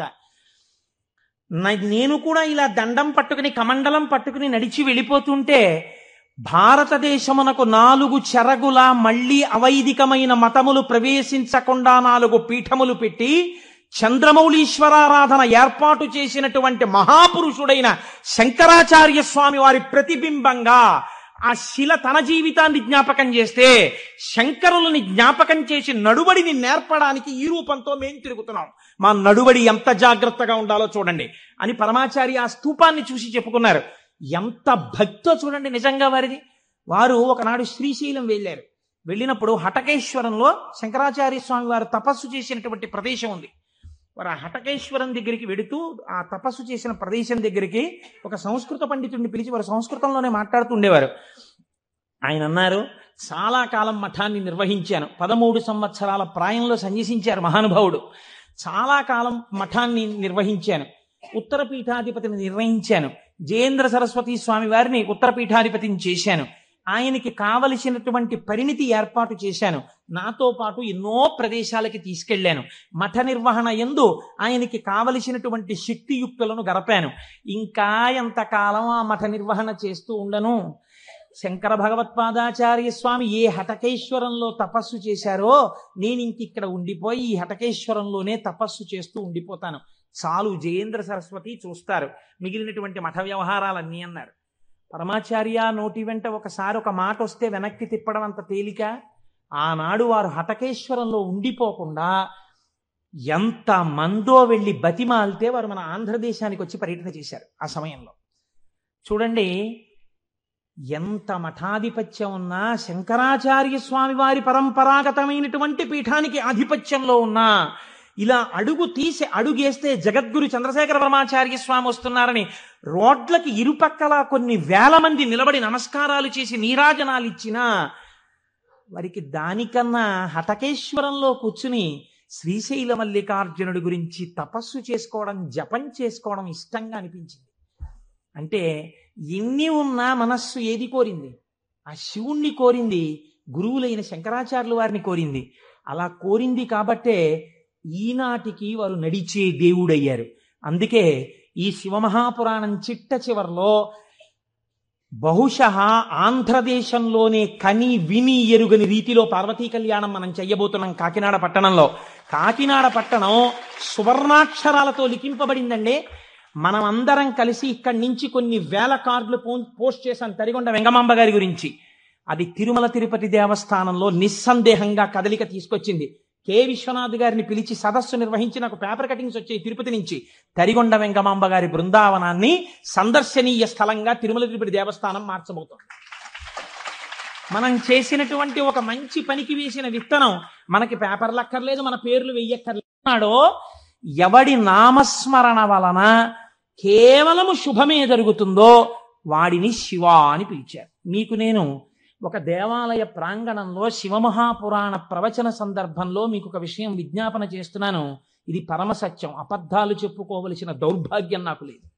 బహుశా మా దొరగారికి ఒక్కరికి తెలిసేమో, ఆయన నాకు పేరు జ్ఞాపకంలో లేదు. ఈ ఊళ్ళోనే ఒక వ్యక్తి ఉండేవారు. ఆయన ఒకసారి నా దగ్గరికి వచ్చి, అంటే నా ఉద్దేశం ఇలాంటి బాధల్లో ఉన్న వాళ్ళందరినీ మా ఇంటికి వచ్చేసి నన్ను అడగమని కాదు. ఆయన ఒకసారి మా ఇంటికి వచ్చి ఒక్కసారి మీకు నమస్కారం చేసి వెళ్ళిపోతానని చాలా వ్యగ్రతతో అన్నాడు. అంటే నేను ఆఫీస్కి వెళ్ళిపోతున్నానండి, టైం అయిపోతుంది, ఇప్పుడు నమస్కారం పెట్టి మాట్లాడడం ఎందుకు? అక్కర్లేదు, నేనేం మాట్లాడను, ఒకసారి నమస్కారం చేసి వెళ్ళిపోతానండి. సరే చెయ్యండి, కానీ అది మీరు నమస్కారం చేస్తానన్నట్టు లేదు, ఒక్కసారి మిమ్మల్ని కొడతానన్నట్టుంది. ఎందుకంత భావన వ్యగ్రత అన్నాను. అంటే ఇవ్వాలే నా జీవితానికి చిట్ట చివరి రోజు, నేను ఆత్మహత్య చేసుకోబోతున్నాను. నా మనస్సులో ఎప్పుడైనా శాంతి కలిగితే మీ ఉపన్యాసాల్లోనే కలిగేది. అందుకని మీకు ఒక్కసారి నమస్కారం చేసి ఆత్మహత్య చేసుకుందామని వచ్చాను. మీకు ఒక్కరికే చెప్తున్నాను, మీరు ఎవరికీ చెప్పకండి, సాయంకాలానికి నేను ఉండను. నేను హడిలిపోయిన ఇది నాకు చెప్పాడు బాబని. అది నేను తర్వాత ఎడతాను ఆఫీస్కి, అవసరమైతే హాఫ్ డే సీఎల్ ఎడతాను, కూర్చోండి అని కూర్చోబెట్టాను. అంటే బాబా ఇలా మా ఇంటికి వచ్చేయమని ఆలోచన అండి. కాబట్టి కూర్చుంటే ఏమి మీకు ఎందుకు కలిగింది బాధ? ఆయన ఏదో పాపం చాలా చెప్పుకొచ్చాడు ఏడుస్తూ. నేనన్నా సరే ఒక పని చేయండి, ఆఖరి ప్రయత్నం వచ్చేయండి, మీరు దీక్షగా 42 రోజులు శివాలయానికి ఎవ్వరికీ చెప్పద్దు. ప్రదోష వేళలో వెళ్ళి శివ ప్రదక్షిణం చేసి మీరు ఏమీ చెప్పకండి. మీరు చెప్పగలిగినంతసేపు శివాలయం అరుగు మీద కూర్చుని శివ శివ శివ శివ శివ శివ ఇదొకటే. ఒక 42 రోజులు ఈ దరిద్రాన్ని, మీ కష్టాలని అనుభవించి చూడండి అన్నాను. మీరు నమ్ముతారా? ఆ వ్యక్తి నా దగ్గరికి వచ్చి, నా జీవితంలో ఆశించని రీతిలో నా జీవితానికి ఒక కొత్త మలుపు తిరిగిందండి, నేను వరంగల్ వెళ్ళిపోతున్నాను, నేను సెటిల్ అయిపోతున్నానని చెప్పాడు. ఆ వ్యక్తే నాకు ఈ మధ్యనే మళ్ళీ ఫోన్ చేసి, కోటేశ్వరారు ఇప్పుడు నేను ఎంత ఆనందంగా ఉన్నాను అనండి, ఒక్కసారి మీరేమైనా వరంగల్ వస్తారేమిటండి ఉపన్యాసాలకి, మీ దర్శనానికి వద్దాం అనుకుంటున్నాను, నేను కూడా కాకినాడ అన్నాడు. అయ్యా మీరు ఎప్పుడైనా కాకినాడ, ఇప్పుడు అక్కర్లేదు, ఇప్పుడు తర్వాత వద్దురు కానీ, నేను వరంగల్ ఇప్పుడు మాత్రం రావట్లేదు, నేను వరంగల్ వస్తే చెప్తాను, అప్పుడు మీరు నా దగ్గరికి వద్దురు కానీ తప్పకుండా దర్శనానికి అన్నాడు.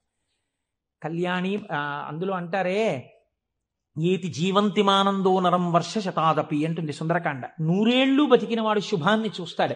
అందుకే తొందరపడి ఏదో సమస్య ఉందని ఆత్మహత్యలు చేసేసుకుంటాం, ఇలాంటి మాటలు అనకూడదు. కాబట్టి చూడండి, శివుడు ఉద్ధరించగలడు అనడానికి ప్రత్యక్ష ప్రమాణం మనకే ఉంది కదా. శివం అంటే మంగళం, శోభనం, శ్రేయస్సు, కళ్యాణం. ఏ శుభము నీకు కావాలన్నా శివానుగ్రహముగానే వస్తుంది. శివానుగ్రహము కలిగితే నీ ఇంట సర్వమంగళములు జరుగుతాయి. అందుకే శంకర భగవత్పాదాచార్య స్వామి శివానంద లహరిలో ఒక మాట అంటారు, అసలు శివ నిన్ను చూసి ఏదేదో అనుకుంటుంటారు, అసలు నీ స్వరూపం ఒక్కసారి ఆలోచించు. కరస్తే హేమాద్రౌ గిరిశ నికటస్తే ధనపతౌ గృహస్థే స్వర్భూజామరసురభి చింతామణిగణే శిరస్థే సీతాంశౌ చరణయుగళస్తే అఖిల శుభౌ కమర్థం దాస్యేహం భవతు భవదర్థం మమ మనః అంటారు. శంకర, నాకు శుభం ఇయ్యని అడగడానికి నీకు నేనేమి ఇచ్చివను? కరస్తే హేమాద్రౌ, ఒక చేతిలో నువ్వు మేరు పర్వతం బంగారు కొండ పట్టుకున్నావు, బంగారు కొండే నీకుంది, ఇంకేమివను?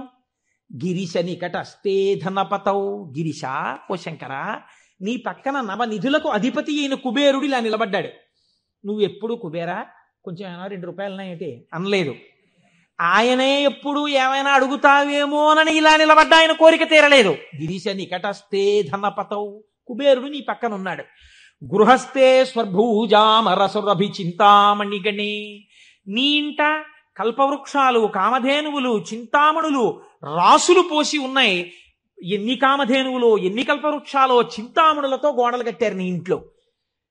పోన్లేవయ్యా ఇవన్నీ ఉన్నాయి, కానీ నీకేదో మోక్షం ఇస్తాను, నీకేమైనా అనారోగ్యం వస్తే తగ్గిస్తానడానికి నీ యొక్క శిరస్సు మీద శీతాంశు, చంద్రబింబం ఉంది, చంద్రరేఖ ఉంది, కాబట్టి మోక్షం ఇచ్చే అధికారం నీకుంది. ఇంక నీకు నేనేమి ఇవ్వను? నాది నాది అన్నది ఒక్కటి ఉంది నా దగ్గర, నీది కాదని నా దగ్గర ఉన్నది అన్నది ఏమిటో తెలుసా? కమర్థం దాస్యేహం భవతు భవదర్థం మమ మనః. నాది అని అస్తమానం నన్ను బంధనంలో పడేసే ఈ మనస్సు నీకు ఇచ్చేస్తా, బుచ్చేసుకో. ఏదో రకంగా ఆయన పాదాల దగ్గర చేరడానికి శంకరాచార్యులు వారు మన కోసం చేసినటువంటి శ్లోకం కమర్థం దాస్యేహం భవతు భవదర్థం మమ మనః. మమ అన్న చోట నేను అన్న శబ్దం శంకరాచార్యుల వారి కోసం అండి, ఆయన అపరశంకరుడు, మన కోసం. ఇది జగద్గురువుల యొక్క కారుణ్యం. కనుక అటువంటి శంకరుడికి మీరేమి ఇవ్వాలి? మీరేమి ఇవ్వక్కర్లేదు. కానీ మీరు ఇలా నమస్కరిస్తే చాలు, ఒక్కసారి శివ అంటే చాలు, ఆయన పొంగిపోతాడు. అందుకు కదా మనం ప్రదోష వేళలో ఉపన్యాసం మొదలు పెట్టే ముందు శివాష్టోత్తర శతనామ స్తోత్రాన్ని ఒక్కసారి అనుసంధానం చెయ్యాలి అని మనం అనుకుంటున్నాం. మీరు చూడండి, నేను ఇక్కడ మీకు ఒక గంభీరమైనటువంటి విషయాన్ని వాళ్ళ ప్రస్తావన చెయ్యాలి అని అనుకుంటున్నాను. ఆనందం వస్తే కళ్ళజోడు తీసేస్తూ ఉండడం, మళ్ళీ పెట్టుకు చూసుకుంటూ ఉండడం. బాగుందండి మీరు చెప్పింది, శంకరుడు అంతటి గొప్పవాడే, ఇంతవరకు బాగుంది. కానీ ఇలా ఆయన ఎప్పుడూ మా కంటితో మేము చూడని రూపంలో ఉండడమేనా, లేకపోతే మాకు ఇంతకన్నా ఏమైనా గొప్ప ఉపకారం చేశారా? కళ్యాణం, భద్రం, శ్రేయం, శోభనం, శుభం, వీటన్నింటికీ అర్థం కేవలం శుభాలు చేసుకోవడం, పెళ్లిళ్ళు చేసుకోవడం, బూరులు తింటూ ఉండడం, గారులు తింటూ ఉండడం, ఇవేనా? ఇంకేమైనా చెప్పారా శంకరుడు? ఇవే నా అర్థం, నేను ఇవే మీకు చేసి పెడుతుంటానని ఏమైనా అన్నారా? దీన్ని మీరు చాలా జాగ్రత్తగా గంభీరంగా పట్టుకోవాలి. మీరు ఇది పట్టుకునే ప్రయత్నం చేస్తే శివపురాణం విషయంలో మీకు ఒక గొప్ప అవగాహన ఏర్పడిపోతుంది. కాబట్టి చెవులు రిక్కించి చాలా జాగ్రత్తగా వినే ప్రయత్నం చెయ్యండి. కదిలినటువంటి శివుని యొక్క స్వరూపాన్నే నటరాజమూర్తి అని పిలుస్తాం. ఎదర వ్యాఖ్యానం పురాణంలో వస్తుంది, అప్పుడు నేను నటరాజ తత్వం గురించి, చిదంబరం గురించి చెప్తాను. అప్పుడు విందురు కానీ ఇప్పటికొకటి తెలుసుకోండి, తనలో తాను రమించిపోతున్నటువంటి శివుడు అలలు లేని సరస్సు. కాబట్టి తనలో తాను రమిస్తుంటాడు, కదలిక ఉండదు. ఇప్పుడు అదే శివుడు సృష్టికర్త, స్థితికర్త, ప్రళయకర్తగా ఉన్నాడు అనుకోండి, కదులుతూ ఉంటాడు. ఈ కదిలినప్పుడు నటరాజు నాట్యం చేస్తుంటాడు. నటరాజు సృష్టి స్థితి ప్రళయకర్త అయి నటిస్తున్నప్పుడు పక్కన దగ్గరగా ఎవరైనా నిలబడతారా? నిలబడి అలా చూస్తూ సంతోషపడిపోయే వాళ్ళు ఎవరైనా ఉన్నారా నటరాజుని? శ్రీ మహావిష్ణువు అంతటి వారు అసుర సంధ్య వేళలో మధ్యలో వాయిస్తూ ఉంటారు, శంకరుడు నాట్యం చేస్తుంటే. కాబట్టి ఉట్టిన ఏమీ చేయకుండా స్పెక్టేటర్స్ పాస్ అని చెప్పి ఏమైనా ఇస్తారా? రేపాకి సుబ్బారావు సూర్యకళా మందిరానికి ఇచ్చినట్టు ఇస్తే వెళ్ళి కూర్చున్న పాస్ పట్టుకుని మొదటి వరుసలో చాలా దగ్గరగా ఉట్టిన ఏ సహాయం చేయకుండా ఇలా చేతులు కట్టుకుని అబ్బా చాలా బాగా చేస్తున్నారండి అని ఇలా సంతోషంగా చూసేవాళ్ళు కూడా ఎవరైనా ఉంటారా సభలో? అంటే శాస్త్రం అంది ఇద్దరున్నారు, ఇద్దరే చూస్తారు. అలాగా మిగిలిన వాళ్ళందరూ నటరాజ తాండవమునందు సహాయం చేస్తుంటారు. ఆ ఇద్దరెవరో తెలుసా? ఒకరు వ్యాఘ్రపాదుడు, ఒకరు పతంజలి. వీళ్ళిద్దరే చూస్తూ ఉంటారు. వ్యాఘ్రపాదుడి యొక్క శరీర అధోభాగం పులిగా ఉంటుంది, పతంజలి యొక్క శరీర అధోభాగం పావుగా ఉంటుంది. పతంజలి ఆదిశేషుని యొక్క అంశ. ఈ పతంజలి వ్యాకరణానికి మహాభాష్యం చేశారు. ఈ పతంజలి 1000 నాలుకలతో సమాధానం చెప్పేవారు. ఒకానొకసారి ఈ పతంజలి మహర్షి దగ్గరికి 1000 మంది శిష్యులు వచ్చి, అయ్యా మీ దగ్గర మేము వ్యాకరణం నేర్చుకోవాలనుకుంటున్నామని అడిగారు. పతంజలి మహర్షి అన్నారు, సరే మీకు 1000 మందికి నేను నేర్పుతాను ఏకకాలంలో. ఎవరు ఏ స్థాయిలో ఉన్నారో ఆ స్థాయిలో పాఠం చెప్పేస్తాను. మీకు ఉదాహరణకి వ్యాకరణం అంటే కొద్దిగా సంగీతంతో పోల్చండి. కొద్దిగా అమరిక కోసం సంగీతం నేర్పేటప్పుడు బాగా కీర్తనల్లోకి వచ్చేసిన వాళ్ళకి, ఇంకా సరిగమ పదనిసల్లో ఉన్న వాళ్ళకి, from the lowest string to the highest string కలిపి కూర్చోపెట్టి సంగీతం నేర్పడం కుదరదు. ఎందుకనంటే ఎవరికి వాళ్ళకే టైం ఉండాలి, వాళ్ళ స్థాయికి తగినట్టు వాళ్ళకి చెప్తూ ఉండాలి. వ్యాకరణ మహాభాష్యం చెప్పేటప్పుడు 1000 మంది 1000 రకాలైన ప్రశ్నలు వేస్తారు. 1000 మందికి ఒకేసారి జవాబు చెప్పాలి. కాబట్టి ఇప్పుడు తాను ఎలా చెప్పాలి? తాను ఆదిశేషుడు కనుక శేషాంశతో చెప్పాలి, 1000 నాలుకలతో చెప్తాను. కానీ 1000 నాలుకలతో చెప్పినప్పుడు ఒక ప్రమాదం ఉంది. శేషాంశతో ఉంటాను, దానిలో విషపు గాలి కూడా వస్తుంది, ఎదురుగుండా కూర్చున్నవాడు బూడిదైపోతాడు. కాబట్టి తెర అడ్డం కడతాను. ఇది చిదంబరంలో జరిగిందండి యథార్థంగా. నేను ఒక తెర అడ్డం కట్టి లోపల నేను కూర్చుంటాను, మీరు బయట కూర్చోండి. మీరు ప్రశ్నలు అడుగుతూ ఉండండి, నేను చెప్పేస్తుంటాను 1000 నాలుకలతో. ఒక్క నియమం, 1000 నాలుకలతో నేను కష్టపడి 1000 మంది శిష్యులకు సమాధానం చెప్పడానికి కూర్చుని ఉండగా ఎవడైనా సరే నేను పాఠం పూర్తయిందనే లోపల లేచి వెళ్ళిపోతే వాడు బ్రహ్మరాక్షసుడు అయిపోతాడని చెప్పి శాపం పెడుతున్నానన్నారు. 1000 మంది శిష్యులు కూర్చున్నారు. కొంతమందికి అసలు ప్రారంభంలోనే అనుమానాలు ఉంటాయి. అలాంటి వాళ్ళు కూడా ఉంటారు. ఇప్పుడు ఇది మోక్షద్వారం, ఇందులో దూరితే మోక్షం వస్తుంది అన్నాం అనుకోండి, ఇది ఎవరు పెట్టారండి అంటాడు. వెంటనే వాడు వచ్చాడు. అసలు ముందు తెలుసుకోవడం కన్నా అనుమానాలు ఎక్కువ. అక్కడే పతనం ప్రారంభం. విన్నదాన్ని మననం చేసి దీన్ని మనం ఎంత అనుష్ఠానంలోకి తెద్దామని చూడకుండా మనం ఎన్ని అనుమానాలు ఇందులో తెచ్చేసుకుందాం అనేటప్పటికీ అవి ఎప్పటికీ ఆగవు. మీకు ఎప్పటికీ ఆగవు అనుమానాలు. ఇప్పుడు ఏమైపోయింది, ఇందులో ఒకటికి అనుమానం వచ్చింది. ఏటో వెళ్ళిపోతే బ్రహ్మరాక్షసుడు అంటున్నాడు. ఈ మాట వినగానే అసలు నాకు తోచడం మానేసింది. అసలు ఈయన మొదలెట్టే లోపలే కాసేపు బయటికి వెళ్ళి తిరిగి వస్తే మనశ్శాంతిగా ఉంటుంది. పాఠం మొదలెట్టే లోపల వచ్చేద్దామని ముందే వెళ్ళిపోయాడు. పాఠం మొదలెట్టేటప్పటికి వద్దాం, కాస్త మనశ్శాంతి వస్తుంది. లేకపోతే ఈయన ఏమిటో లోపల నేను 1000 నాలుకలు అంటున్నాడు, తెరత్తకూడదు అంటున్నాడు, ఓరు నాయనో ఇదంతా ఏ గొడవగా ఉంటుందో, వెళ్ళిపోతే బ్రహ్మరాక్షసుడు అంటాడు. ముందే కాస్త తిరిగి వస్తే, అలా తిరిగి వచ్చేస్తే కాస్త మనశ్శాంతిగా ఉంటుంది. అప్పుడు వచ్చి కూర్చుందాం పాఠానికని ముందే వెళ్ళిపోయాడు. అంటే ఎలా ఉంటారో చూడండి లోకం. ఇప్పుడు పతంజలి వ్యాఖ్యానం మొదలుపెట్టారు. 1000 నాలుకలతో చెప్పేస్తున్నారు ఆయన పాఠం.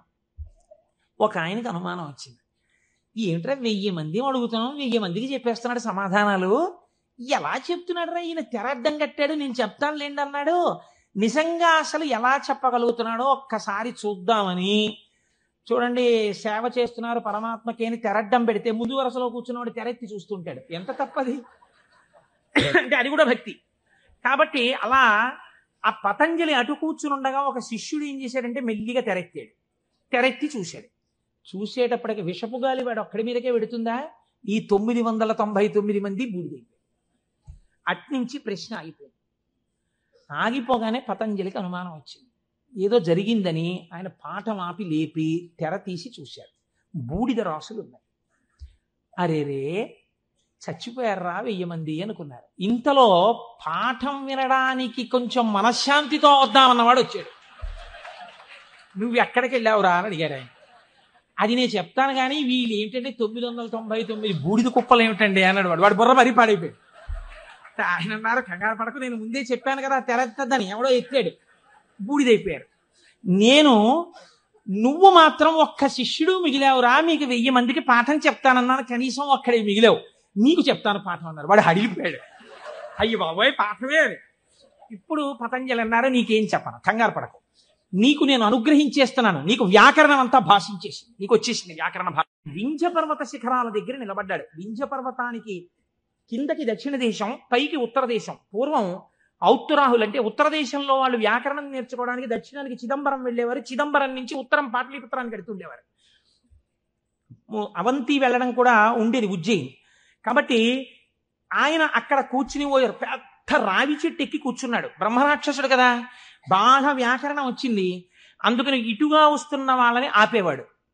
ఆ రోజుల్లో వ్యాకరణం నేర్చుకోవాలి అంటే, ఆ రోజుల్లో ఏంటి యథార్థం అంతే, వ్యాకరణం నేర్చుకోవాలి అన్నా, వేదం నేర్చుకోవాలి అన్నా ఉపనయనం చేసుకోవాలి. ఉపనయనం చేసుకుని గాయత్రీమాత యొక్క అనుగ్రహాన్ని పొందితే తప్ప వేదం చదవడానికి కానీ వ్యాకరణం చదువుకోవడానికి కానీ అర్హత ఇచ్చేవారు కాదు.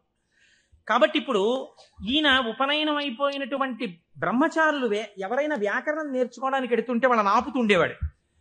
ఆపుతూ వ్యాకరణ సంబంధమై పతంజలికి మాత్రమే తెలుసున్న ఒక గంభీరమైన లోతైన ప్రశ్న అడుగుతుండేవాడు. పచ్చనేటటువంటి ధాతువు మీద త అనబడేటటువంటి నిష్ఠా ప్రత్యయం కలిస్తే పచధాతువునకు నిష్ఠలో రూపం ఏ రకంగా వస్తుంది అని అడిగేవాడు. సాధారణంగా వ్యాకరణంలో దీన్ని తెలియని వాళ్ళు ఏమంటారంటేట పక్వం అంటారు. వెంటనే పక్వం అనగానే ఆయన అనేవాడు, బాగా పక్వం అయ్యావురా ఈ జవాబు చెప్పని నోట్లో పడేసుకునేవాడు. పక్వం అంటే బాగా రుచిగా వండబడ్డాడు అని. ఇప్పుడు నువ్వు పక్వం అయ్యావు అని తినేసి మళ్ళీ చెట్టెక్కి కూర్చునేవాడు. ఇలా చాలా మంది బ్రహ్మచారుల్ని తినేసాడు. తినేసి కూర్చుంటే గగ్గోలు పెట్టడం మొదలెట్టారు. ఈ బ్రహ్మచారి ఎవడో అక్కడ కూర్చున్నాడు, బ్రహ్మరాక్షసుడు, వాడు వ్యాకరణ సూత్రం అడిగి తినేస్తున్నాడు. పతంజలి మహర్షి చూశారు, అయ్యయ్యో వీడికి నేను యోగ్యుడైన వాడికి చెప్పరా అంటే వీడికి ప్రశ్న అడిగి తినేస్తున్నాడు, వీడికి నేనే వెళ్ళి శిష్యుడుగా మళ్ళీ వీడి దగ్గర నేర్చుకుని వీడిని ఉద్ధరించాలి అని చంద్రశర్మ అన్న పేరుతో బ్రాహ్మణుడయ్యి ఆయన వచ్చారు. ఆయన వస్తూ ఉంటే ఈయన ఆపాడు. ఆపి మళ్ళీ ఈ ప్రశ్న అడిగాడు. అడిగితే ఆయన అన్నారు, అది పక్వం, వ్యాకరణం అంతా రా అన్నాడు. కానీ ఉపాధి బ్రహ్మరాక్షస ఉపాధిలో ఉన్నాడు కాబట్టి ఆయన ఎక్కడ నేర్పుతానన్నాడు? స్కూల్లోనూ అక్కడ నేర్పను, రావి చెట్టు మీద కూర్చుని నేర్పుతాను రా. ఎందుకంటే శివాలయంలో నేర్పాలి వ్యాకరణం. పూర్వం వ్యాకరణ మంటపాలని శివాలయాల్లో ఉండేవి, అక్కడే నేర్పాలి. కాబట్టి నీకు నేను రావి చెట్టు మీద నేర్పుతాను. రావి చెట్టు మీద కూడా ఎక్కడ? చిటారి కొమ్మ మీద కూర్చుని నేర్పుతాను. అక్కడ కూర్చో, ఎక్కడ పడిపోతానో అని కునుకు రాకుండా బాగా వింటావు. చెప్పేవాడు బ్రహ్మరాక్షసుడు, చెప్పేది చిటారి కొమ్మ మీద రావి చెట్టు మీద. టైం ఇవ్వను, ఉత్తరక్షణం అడ్మిషన్ ఇచ్చేసాను నీకు, రా ఎక్కేద్దాం చెట్టాను. అమ్మ బాబో ఇదో అఘాయిత్యం కింద ఉందని పాపం ఈ చంద్రశర్మ ఆయనతో పాటు చెట్టెక్కి చెట్టు చివారి కొమ్మ మీద కూర్చున్నాడు. ఈయన మహాభాష్యం చెప్పేస్తున్నాడు. ఇప్పుడు ఈ మహాభాష్యం రాసుకోవాలి. ఎక్కడ రాస్తాడు? రాయడానికి ఓ గంటమో ఓ తాటాకో తెచ్చుకోవడానికి టైం లేదు. అందుకని ఆయన రావాకులు తుంపి ఒక పుల్ల ముక్క ఒకటి తీసి తొడ చీరుకున్నాడు. చీరుకుని అందులోంచి వస్తున్న నెత్తుటిలో పుల్ల ముంచి ఒక్కొక్క రావాకు మీద భాష్యం రాసుకున్నాడు. 9 రాత్రులు 9 పగళ్ళు పతంజలి మహాభాష్యాన్ని చంద్రశర్మకి చెప్పాడు. చెప్పగానే ఆయనకి శాప విమోచనం అయిపోయింది. శాప విమోచనం అయిపోయిన తర్వాత ఇప్పుడు నాకు బ్రహ్మరాక్షసుడిగా ఇంతకాలం బతిగాక పూర్ణ వైరాగ్యం వచ్చేసింది. కాబట్టి ఇంక నేను ఒక గురువు యొక్క పాదములను ఆశ్రయించి సన్యాస దీక్ష తీసుకుని నా జీవితాన్ని తరింప చేసుకుంటానని శుకబ్రహ్మ యొక్క పాదములు పట్టుకుని గౌడపాదాచార్యుల వారైన వారు వారే. మనం శంకరాచార్యుల వారి గురు పరంపరలో గౌడపాదాచార్యుల వారిని చెప్తాం. ఎవరో తెలుసా అండి ఆ గౌడపాదాచార్యుల వారు? ఈ బ్రహ్మరాక్షసుడే గౌడపాదులు అయ్యారు. గౌడపాదులై శుకబ్రహ్మ యొక్క పాదములు పట్టుకుని సన్యాస దీక్ష తీసుకుని గౌడపాదాచార్య పేరుతో ఉన్నారాయన. ఈ చంద్రశర్మ ఈ రావాకుల మీద రాసుకున్న మహాభాష్యం అంతా ఓ బట్టలో మూట కట్టాడు. మూట కట్టుకుని వెళ్ళిపోతున్నాడు ఆయన. వెళ్ళిపోతుంటే పాపం 9 రాత్రులు 9 పగళ్ళు నిద్ర లేదు. అడవిలో ఒక చోట మూట తల కింద పెట్టుకుని నిద్రపోతున్నాడు. ఎక్కడి నుంచో మేక వచ్చింది. ఇవేవో రావాకులు బాగానే ఉన్నాయని ఆ మూటలో మూతెట్టి లాగేసి కొన్ని ఆకులు తినేసి, ఇప్పుడు ఆ వ్యాకరణంలో ఉన్న మహాభాష్యంలో పోయిన ఆకుల్ని ఏమని పిలుస్తారో తెలుసా అండి? అజభక్షిత భాష్యము అని పిలుస్తారు. మేక చేత తినబడిన భాష్యం అని పేరు. అది మేక తినేసి మిగిలిన మూట కట్టుకుని అడవిలో పడుకుంటే ఇబ్బందిగా ఉందని ఆయన ఒక ఊరిలోకి వచ్చి ఒక వైశ్యుడి ఇంటి అరుగు మీద పడుకుని నిద్రపోయారు. 9 రాత్రులు 9 పగళ్ళు అన్నం లేదు, నిద్ర లేదు. శరీరం శోషించిపోయింది, నిద్ర లేదు. ఇంకా ఎంత గాఢ నిద్ర పట్టేసిందంటే ఆకలి కూడా చూసుకోకుండా నిద్రపోతున్నారు. ఆ వైశ్యుడికి ఒక కన్యారత్నం ఉంది. ఆ అమ్మాయి చూసి ఈయన నిద్దట్లోనే మరణిస్తాడేమో అని బెంగపెట్టుకుని ఒక గొప్ప వైద్య చికిత్స చేసింది. ఇప్పుడు మనం ఆ సిలైన్లవి ఎక్కించాలంటే శరీరానికి సూదితో పొడిచి ఎక్కిస్తాం. మన ఆయుర్వేద శాస్త్రం అలా ఒప్పుకోలేదు. ఎందుకంటే పతంజలి 3ంటికి వ్యాఖ్యానం ఇచ్చారు. మనస్సు, వాక్కు, కాయము. మనస్సు కోసమని యోగ సూత్రాలు ఇచ్చారు ఆయన, వాక్కు కోసం వ్యాకరణం ఇచ్చారు. అలాగే మనస్సు, వాక్కు, కాయము, శరీరం ఆరోగ్యంగా ఉండడానికి చరకుడి యొక్క ఆయుర్వేద సూత్రాలకి భాష్యం చేశారు ఆయన. 3ంటికి భాష్యం ఇచ్చారు. ఆ పిల్ల వైద్య శాస్త్రంలో దిట్ట. ఈ అమ్మాయి ఏం చేసిందంటే పెరుగన్నం బాగా మెత్తగా కలిపేసి ఈ పెరుగన్నాన్ని తీసుకొచ్చి ఒంటి నిండా పూసేసింది ఈ బ్రాహ్మణ పిల్లవాడికి, చంద్రశర్మకి. పెరుగన్నం తొందరగా రోమరంధ్రాల్లోంచి లోపలికి వెళ్ళిపోతుంది. అది లోపలికి వెళ్ళిపోయి ఈ పిల్లవాడికి బలం వచ్చింది. బలం వచ్చి 9 రోజుల భోజనం లేని స్థితి నుంచి శక్తిని పొందాడు. శక్తిని పొంది తెలివచ్చి అమ్మయ్యా బడలికా పోయింది, సత్తువా వచ్చిందని ఆ మూట చూసుకున్నాడు. మూట ఉంది, మూట పట్టుకుని వెళ్ళిపోతున్నాడు. వెళ్ళిపోతుంటే వైశ్యుడు ఎదురొచ్చాడు. ఏమయ్యా నిన్ను మా అమ్మాయి ఎందుకు బ్రతికించుకుందో తెలుసా? నీ చూడచక్కని రూపాన్ని చూసి బ్రతికించుకుంది. నువ్వు మా అమ్మాయిని పెళ్లి చేసుకోవాలన్నా. ఇదేమిటయా నాకు వైరాగ్యం వచ్చింది, నేనేదో సన్యాసం తీసుకుందామని వెళ్ళిపోతున్నాను, నువ్వు మీ అమ్మాయిని పెళ్లి చేసుకోమంటావేంటి? నేను చేసుకోనన్నారు ఆయన. వెళ్ళిపోతున్నారు. వెళ్ళిపోతుంటే ఇలా కాదు, నువ్వు ఇంత ఉపకారం పొంది నా కూతురు మనస్సు భగ్నం చేసి వెళ్ళిపోతున్నావు కాబట్టి మనం రాజు దగ్గరికి వెడదాం తీర్పుకి పదన్నారు. సరే పద అయితే అన్నారు. చంద్రశర్మ వైశ్యుడు ఇద్దరు రాజుగారి అంతఃపురంలోకి వెళ్ళారు. రాజుగారు అంత దూరం నుంచి పిల్లాడిని చూశారు. చూసి ఎందుకు వస్తున్నాడో తర్వాత అడుగుదాం గాని ఎంత బాగున్నాడో ఈ పిల్లాడిని దగ్గరికి రాగానే నాకు ఒక్కతే కూతురయ్యా నీకిచ్చి పెళ్లి చేసి సింహాసనం మీద కూర్చోపెడదాం అనుకుంటున్నాను, నువ్వు మా అమ్మాయిని పెళ్లి చేసుకోవాలన్నారు. రాజాజ్ఞ, కాదంటే కుత్తుకు తీసేస్తాడు. అయ్య బాబోయ్, ఒక పిల్లే వద్దనుకుంటే ఇద్దరు పిల్లలు చుట్టుకున్నారేమిటండి నాకు అని ఈయన చెప్పేలోగానే మంత్రిని పిలిపించి, ఈ పిల్లాడు ఎలా ఉన్నాడు, అల్లుడిని చేసుకుందాం అనుకుంటున్నానన్నారు. ఆహాహా, ఏమి తేజోమూర్తి అండి ఇలాంటి వాడు. ఉత్తరోత్తర సింహాసనం మీద కూర్చుంటే మన రాజ్యానికి ఇంకా ఎదురుండదు, తప్పకుండా పిల్లనిచ్చేయండి అన్నారు. ఇద్దరు పిల్లల్ని ఇచ్చి పెళ్లి చేసేస్తామన్నారు. అసలు నా గోడు వినేవాడు లేడు మహాప్రభో, నేను వైరాగ్యం ఉందిరా నాకు పిల్లలొద్దు పెళ్ళొద్దంటే ఇద్దరు తయారయ్యారు ఏమిటి, నాకు పైగా రాజభోగం కూడా వచ్చింది. వద్దు వద్దన్న వాడికి ఐశ్వర్యం, వద్దు వద్దన్న వాడికి నమస్కారాలు, పెట్టండి అన్నవాడికి పెట్టేవాడు ఉండడు అని ఆయన బాధపడుతుంటే, మంత్రి గారు ప్రాజ్ఞుడు, ఆయన అన్నాడు, ఏమండి బ్రాహ్మణుడు బ్రాహ్మణేతరులను వివాహం చేసుకోవాలంటే ముందు బ్రాహ్మణ కన్యను చేసుకోవాలి. కాబట్టి ఉత్తమ కుల సంజాత అయిన ఒక బ్రాహ్మణ పిల్లని తెచ్చి ముందు పెళ్లి చేసి తర్వాత వీళ్ళిద్దరిని చేసేద్దాం అన్నారు. ఓహో, ఇద్దరు ముగ్గురు కూడా అయ్యారేమిటి అనుకున్నాడు ఆయన. ముందు ఆయన గోడు వినేవాడు లేడు. బ్రాహ్మణ కాంతం తెచ్చారు, వైశ్యకాంతని తెచ్చారు, క్షత్రియ కాంతని తెచ్చారు, తాళి కట్టేవారు. ఆయన అన్నాడు, మీరు ఎలాగో ఇప్పుడు పెళ్ళొద్దంటే వినరు, ఆయన విండు, ఈయన విండు, ఈయన విండు. ఒక్క ఉపకారం చేయండి, మీకు నా తేజస్సు చూసి పొంగిపోతున్నారు కదా, మీ ముగ్గురి కుమార్తెల యందు నేను సంతానమును పొందుతాను. ముగ్గురికి కొడుకులు పుట్టగానే నేను సన్యాసానికి వెళ్ళిపోవడానికి నాకు అనుమతి ఇవ్వాలన్నాడు. తప్పకుండా అలాగే ఇస్తా ఉన్నారు. ముగ్గురిని పెళ్లి చేసుకున్నాడు. ముగ్గురి యందు కుమారుల్ని కన్న తర్వాత సన్యాసం పుచ్చుకుందామని వెళ్ళిపోయాడు ఈ చంద్రశర్మ. వెళ్ళిపోయినటువంటి వాడు వెళ్ళి వెళ్ళి వెళ్ళి వెళ్ళి ఎవరు ఇతపూర్వం బ్రహ్మరాక్షసుడి రూపంలో ఉండి తనకి మహాభాష్యమంతా చెప్పి సన్యాసం తీసుకుని శుకబ్రహ్మకి శిష్యుడిగా ఇవాళ గౌడపాదాచార్య స్వామి వారిగా ఉన్నారో ఆయన దగ్గరకే వెళ్ళి, అయ్యా నాకు సన్యాసం ఇవ్వండి అని అడిగాడు. నీకు గోవిందపాదాచార్య నామంతో సన్యాసం ఇస్తున్నానని సన్యాసం ఇచ్చి, సన్యాసనామం గోవిందపాదాచార్య.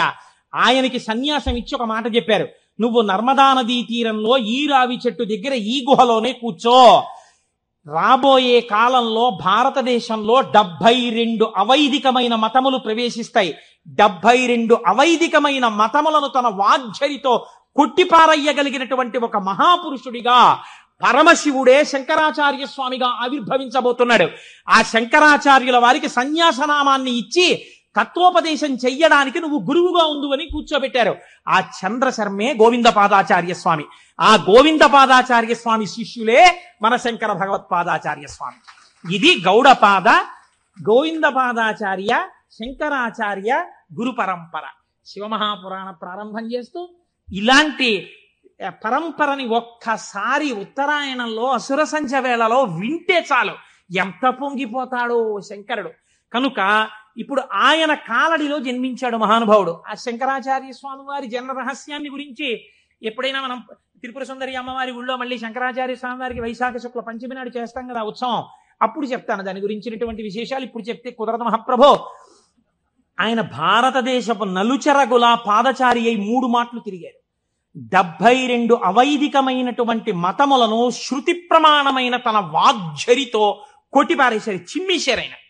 ఆయన తర్వాత మళ్ళీ రాలేదు ఇంకా 72 మతాలు. అంత గొప్పవారు శంకరాచార్యుల వారంటే. అందుకే చంద్రశేఖర పరమాచార్య స్వామి వారికి శంకరులు గురువు కాదు, ప్రాణం. అందుకే అపర శంకరాచార్యులు వారు అయ్యారు చంద్రశేఖర పరమాచార్య స్వామి.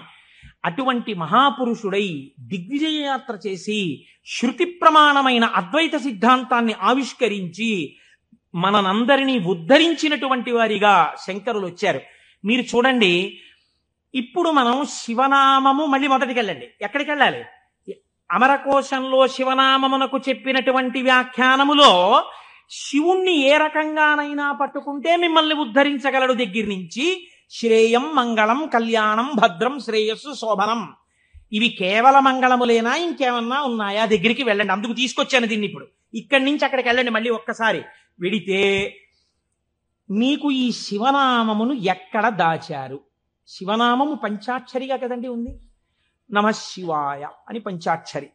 నమశివాయ అన్న మాట చెప్పడానికి వేదం ఎంత కట్టడి చేసి చెప్పింది, ఎంత జాగ్రత్తగా చెప్పింది పంచాక్షరి మంత్రాన్ని. మీరు జాగ్రత్తగా చూడండి, ఇది జాగ్రత్తగా గమనించండి. మీరు అయ్యప్ప స్వామి దర్శనానికి వచ్చారనుకోండి, అలా గేటు దగ్గర నిలబడి అయ్యప్ప స్వామి దర్శనం చేసుకుంటానంటే మీకు కనపడరు.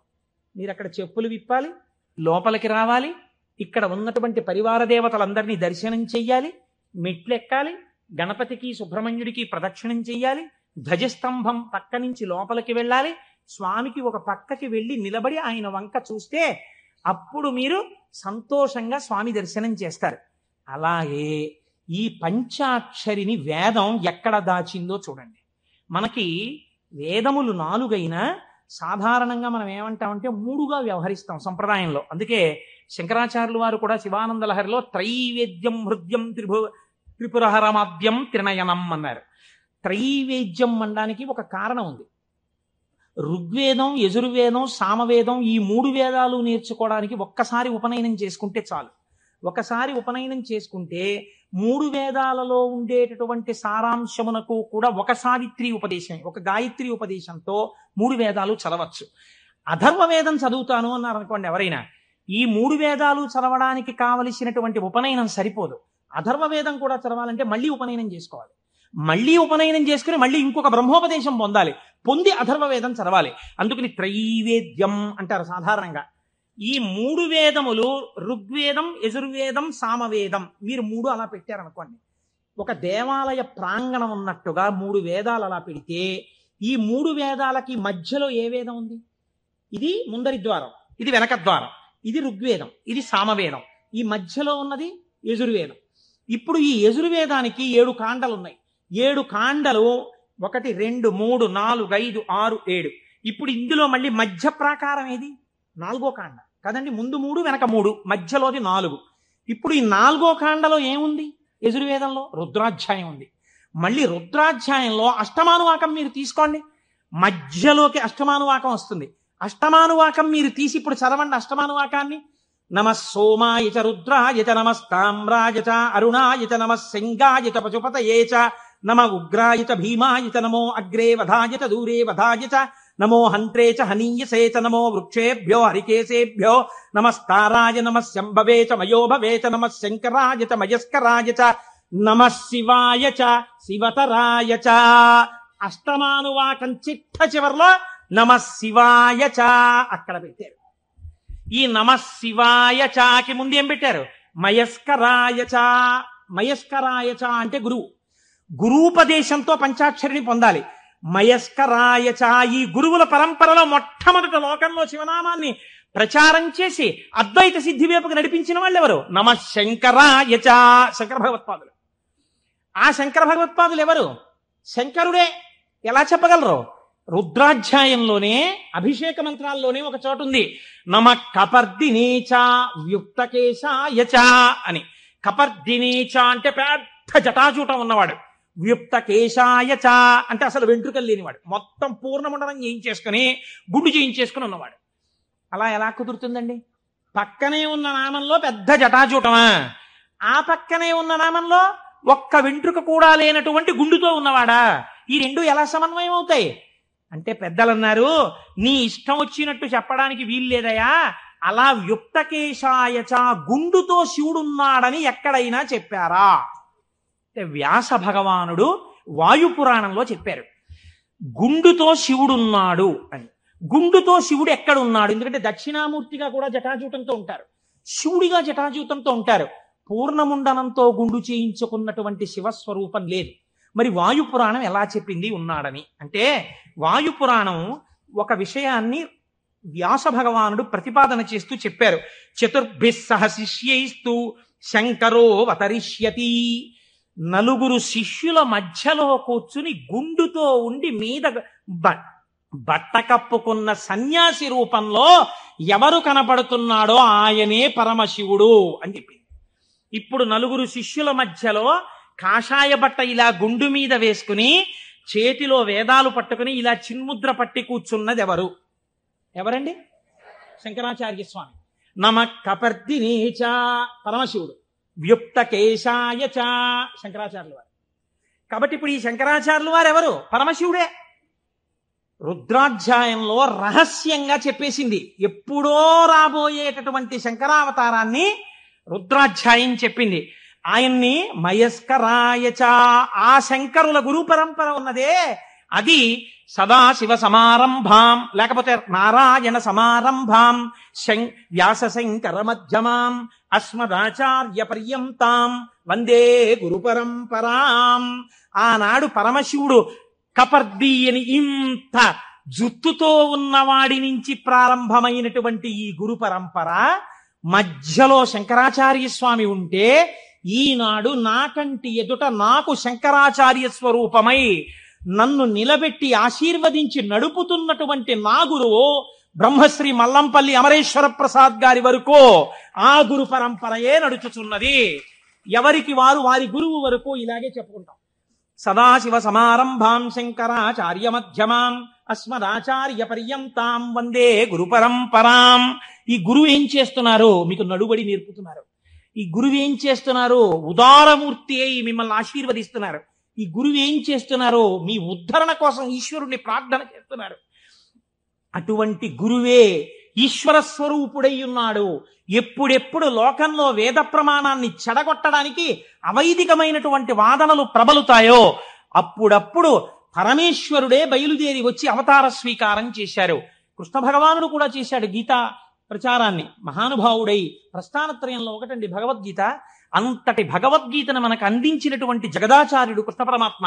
ఆయన కూడా జగదాచార్యుడే. ఒకటే కదండి ఉన్నది పరబ్రహ్మతత్వం. అదే కృష్ణుడిగా భాషించింది ఒకనాడు. అటువంటి భగవద్గీతనిచ్చినటువంటి కృష్ణ పరమాత్మ యొక్క అవతారం ఎందుకు కలియుగంలో వచ్చేటటువంటి ప్రమాదముల నుంచి ఉద్ధరించగలిగినంత జ్ఞానబోధ ఎందుకు చెయ్యలేదు? ఒక్కటే కారణం. ద్వాపర యుగంలో అప్పటికే ధర్మాన్ని నిర్వీర్యం చేసేటటువంటి వాళ్ళ సంఖ్య కోట్లలోకి వెళ్ళిపోయింది. కృష్ణావతారం ప్రారంభం నుంచే ఎంత రాక్షస సంహారం చేశాడండి మహానుభావుడు. కన్నులు తెరువని కడుచిన్ని పాపడై దానవి చనుబాలు త్రావి చంపే పూతనా సంహారంతో మొదలుపెట్టి ఎంతమంది రాక్షసుల్ని చంపాడు. జరాసంధాది రాక్షసులందరినీ ముందే చంపకపోతే కురుక్షేత్రంలో నిజంగా పాండవులు నిలబడగలరా? ఇంతమందిని చంపాడు. అవతారంలో ఉన్న తక్కువ సమయంలో ఆయన కురుక్షేత్ర మధ్యంలో సమస్త వాంగ్మయాన్ని భగవద్గీత రూపంలో బోధ చేశాడు. కానీ అది సరిపోదేమో. కలియుగం అంటే అసలు మనస్సు నిలబడనటువంటి యుగం. మరి మనస్సు నిలబడదు, కలిపురుషుడి యొక్క ప్రకోపాలు చాలా ఎక్కువగా ఉంటాయి అన్నప్పుడు ఇంకా ఈ గురువులు ఎందుకు, ఈ బోధలు ఎందుకని మీరు నన్ను అడగచ్చు. దానికి ఒక్కటే జవాబు పరమాచార్య స్వామి వారు చెప్పినటువంటివి. నేను ఉపన్యాసాల్లో చెప్పే చాలా భాగాలు పరమాచార్య స్వామి వారివి. కాబట్టి ఆయన అంటారు, మీరు చూడండి దొంగలు పడుతున్నారు, కాకినాడకి దొంగల ముఠాలు వచ్చాయి, దొంగలు కొట్టేస్తున్నారు, ఇళ్ళు దొంగలు కొట్టేస్తున్నారు అన్నారు అనుకోండి. ఎంత జాగ్రత్తగా ఉన్నా దొంగలు కొట్టేస్తున్నారండి అని తాళం తీసేసి తలుపులు తెరిచి వస్తామా? ఏదో ఒక కట్టడి చేస్తాం. చేసి అమ్మ ఏదో ఒకటి సాయంకాలం కాసేపు వాడు ఏదో చెప్పాడో చెప్పలేదో కానీ శివనామ స్మరణ చేయిస్తున్నాడమ్మా, అక్కడికి వెళ్ళొస్తాం, అందుకని కాస్త మా గుమ్మని చూస్తుందరు, తల్లి మీరేదో ఇక్కడే కుర్చీ వేసి కూర్చోండి, లేకపోతే మీ అబ్బాయిని మా ఇంట్లో చూస్తుండమనండి, టీవీ కాసేపు కరెంటు పోయినా పర్వాలేదు మహాప్రభు మాకు మీ వాడిని కూర్చోమనండి అంటాం. కట్టడి చేస్తున్నారా చేయట్లేదా? ఏదో రకంగా. కలిపురుషుడు ఎంత ప్రకోపంతో ఉండడానికి ప్రయత్నించినా మీరు ఈశ్వరుడి పాదాలు గట్టిగా పట్టుకోవడానికి ప్రయత్నించాలి కదా. దానికి ప్రస్థానత్రయ భాష్యంతో మొదలుపెట్టి ఈశ్వరుణ్ణి స్తోత్రం చెయ్యడం వరకు, ఆకాశం నుంచి పాతాళం వరకు సమస్త వాంగ్మయాన్ని జ్ఞానబోధ తప్ప ఇంకొక ప్రయత్నం కాని పని కాని పెట్టుకోకుండా 32 ఏళ్ల జీవితంలో షణ్మత స్థాపనాచార్యులై శృతి ప్రమాణాన్ని నిలబెట్టి అందరి దేవతల మీద స్తోత్రాలు చెప్పి శివానందలహరి, సౌందర్యలహరి, బ్రహ్మసూత్ర భాష్యం ఎన్ని చేశారండి మహానుభావుడు శంకరాచార్యుల వారు. మరి పేరు చెప్తే చాలు పాపాల పటాల పంచలైపోతాయి. శృతి స్మృతి పురాణానాం ఆలయం కరుణాలయం నమామి భగవత్పాద శంకరం లోకశంకరం. అటువంటి శంకర భగవత్పాదులై ఈ భూమి మీద నడయాడి మనకి జ్ఞానబోధ చేశారు. ఇప్పుడు చెప్పండి, శుభం, కళ్యాణం, శ్రేయం, భద్రం, శోభనం ఇవన్నీ ఎందులోకి వెళ్ళిపోతాయి? జ్ఞానంలోకి వెళ్ళిపోతాయి. జ్ఞానం కన్నా గొప్ప కళ్యాణం, జ్ఞానం కన్నా గొప్ప శుభం, జ్ఞానం కన్నా భద్రం, జ్ఞానం కన్నా శ్రేయం, జ్ఞానం కన్నా శోభనం ఇంకున్నాయా? ప్రపంచంలో లేవు. అటువంటి జ్ఞానమును మీకు అందించడానికి పరమేశ్వరుడే శంకరుడిగా ఈ భూమండలము మీద నడయాడినాడు కాదు. ఇప్పుడు కూడా శంకరుడు కరచరణాదులతో తిరుగుతున్నాడు. నాకు అలాగే తిరుగుతున్నాడు. నా కంటికి నేను ఆరాధించేటటువంటి పరమేశ్వరుడే కరచరణాదులతో తిరుగుతున్నాడు. నేను పట్టుకోవడానికి తన పాదములను అనుగ్రహిస్తున్నాడు. తన చేతిని నా మూర్ధన్య స్థానమునందుంచి ఆశీర్వచనం చేస్తున్నాడు. నాకు అనుమానం వస్తే రాత్రనక పగలనక నేను వెళ్ళి పరిగెత్తికెళ్ళి కూర్చుని గురువుగారు దీనికి ఎలా చెప్పాలండి అంటే, నాన్న నీకు ఫోన్ చేసి చెప్తాను, ఇప్పుడు టైం లేదని ఫోన్ చేసి, నాన్న నువ్వు అడిగిన శ్లోకానికి ఇది వ్యాఖ్యానం అని ఫోన్ చేసి చెప్పగలిగినటువంటి ఉదారుడై ఆ పరమశివుడు, ఆ శంకరుడు నాకు మల్లంపల్లి అమరేశ్వర ప్రసాద్గా నడయాడుతున్నారు, మీకు మీ గురువుగా నడయాడుతున్నారు. తిరుగుతున్నారా, తిరగట్లేదా? పరంపరగా నడయాడుచున్నారు. ఇది శివం, ఇది మంగళం, ఇది భద్రం, ఇది శ్రేయం, ఇది శోభనం. కాబట్టి మనం ఎవరికి నమస్కరిస్తాం? గురుర్ బ్రహ్మ, గురుర్ విష్ణు, గురుర్దేవో మహేశ్వర, గురు సాక్షాత్ పరబ్రహ్మ, తస్మై శ్రీ గురవే నమః. అటువంటి గురువు ఇప్పటికీ మీకు శుభములిచ్చేవాడై, శోభనములనిచ్చేవాడై, మంగళప్రదుడై ఉన్నాడు. కాబట్టి రుద్రాధ్యాయం వేదములు అంత జాగ్రత్తగా సమన్వయం చేస్తూ ఆ శంకరులు వస్తారని అంత స్థితిని పతంజలి నటరాజస్వామి దర్శనం దగ్గర నుంచి మొదలుపెట్టి పక్కన ఇలా నిలబడి నటరాజ తాండవం చూసినందుకు, ఒకనాడు నేను ఈ శంకరుడే శంకరాచార్యులు వారిగా వస్తే తత్వబోధ చేసేటటువంటి వాణ్ణి లోకంలో తయారు చెయ్యాలని గోవిందపాదాచార్యుల వారిగా సిద్ధం చేయించుంచారు. కాబట్టి మన ఆర్ష జాతి, మన సనాతన ధర్మము, మన పురాణములు ఎంత గొప్పవో, ఆ శివ అన్న మాట ఎంత గొప్పదో, ఆ శివం అన్న మాట ఎంత భద్రమో, ఎంత శ్రేయస్కరమో, దాని గురించి వింటే, దాని గురించి తలుచుకుంటే ఎంత పరవశమో. కవి పుష్పంబగు అగ్ని మంచగు నాకూపారం భూమిస్థలంబగు శత్రుండతిమిత్రుడవు విషము దివ్యాహారమౌ నెన్నగా అవనీ మండలి లోపలం శివ శివేచ్ఛాభాషణోల్లాసకిన్ శివ నీ నామము సర్వవశ్యకరమౌ శ్రీకాళహస్తీశ్వర. శివ నీ నామం ఎప్పుడక్కర్లేదు, ఎప్పుడూ శివ శివేచ్ఛాభాషణోల్లాసకిన్ శివ నీ నామము సర్వవశ్యకరమౌ, ఎప్పుడూ నీ నామం అవసరమే అంటారు దూర్జటి కాళహస్తీశ్వర శతకంలో. అటువంటి శివనామం గురించి, ఆ శివనామము గురువై ఎలా నడుస్తున్నారో గురించి, ఆ శివనామము ఎటువంటి మంగళప్రదుడో గురించి, ఎంతగా భక్తులను ఆదుకునే స్వరూపమున్నవాడో గురించి ఇవాళ మొట్టమొదటి రోజున ఆవిష్కరించే ప్రయత్నం చేశాం. రేపటి రోజు నుంచి ఇలాగే మనం చక్కగా ప్రదోష వేళలో కలుసుకుని 6:30 అయ్యేటప్పటికి శివనామం చెప్పడం ప్రారంభం చేస్తే కాకినాడ పట్టణం ఆధ్యాత్మికతలో మరింత పైకెక్కుతుంది. నాదొక్కటే కోరిక. ఆనాడు మనం తరిగొండ వెంగమాంబ గారి గురించి ఉత్తరాలు రాశాం. నేను ఏడాది నుంచి చూస్తున్నాను వెంకటాచలంలో స్వామి పుష్కరిణి దగ్గర శంకరాచార్య స్వామి వారు 4 శిష్యులతో కలిసి ఉన్నారు. ఇవాళ ఎంత దౌర్భాగ్య స్థితితో తెలుసా అండి? ఎంతమంది ఆఫీసర్లు ఉన్నారో టీటీడీలో, ఎంతమంది బోర్డు మెంబర్స్ ఉన్నారో, ఎంతమంది ఆయన పేరు చెప్పుకుని బతుకుతున్నారో, ఎంతమంది దేవస్థానం డబ్బు తిని జీవితాలు గడుపుకుంటున్నారో. శంకరాచార్య స్వామి వారి పాదుకలకి ఉన్నటువంటి ఒక బొడిపె ఊడిపోయి ఏడాదైంది.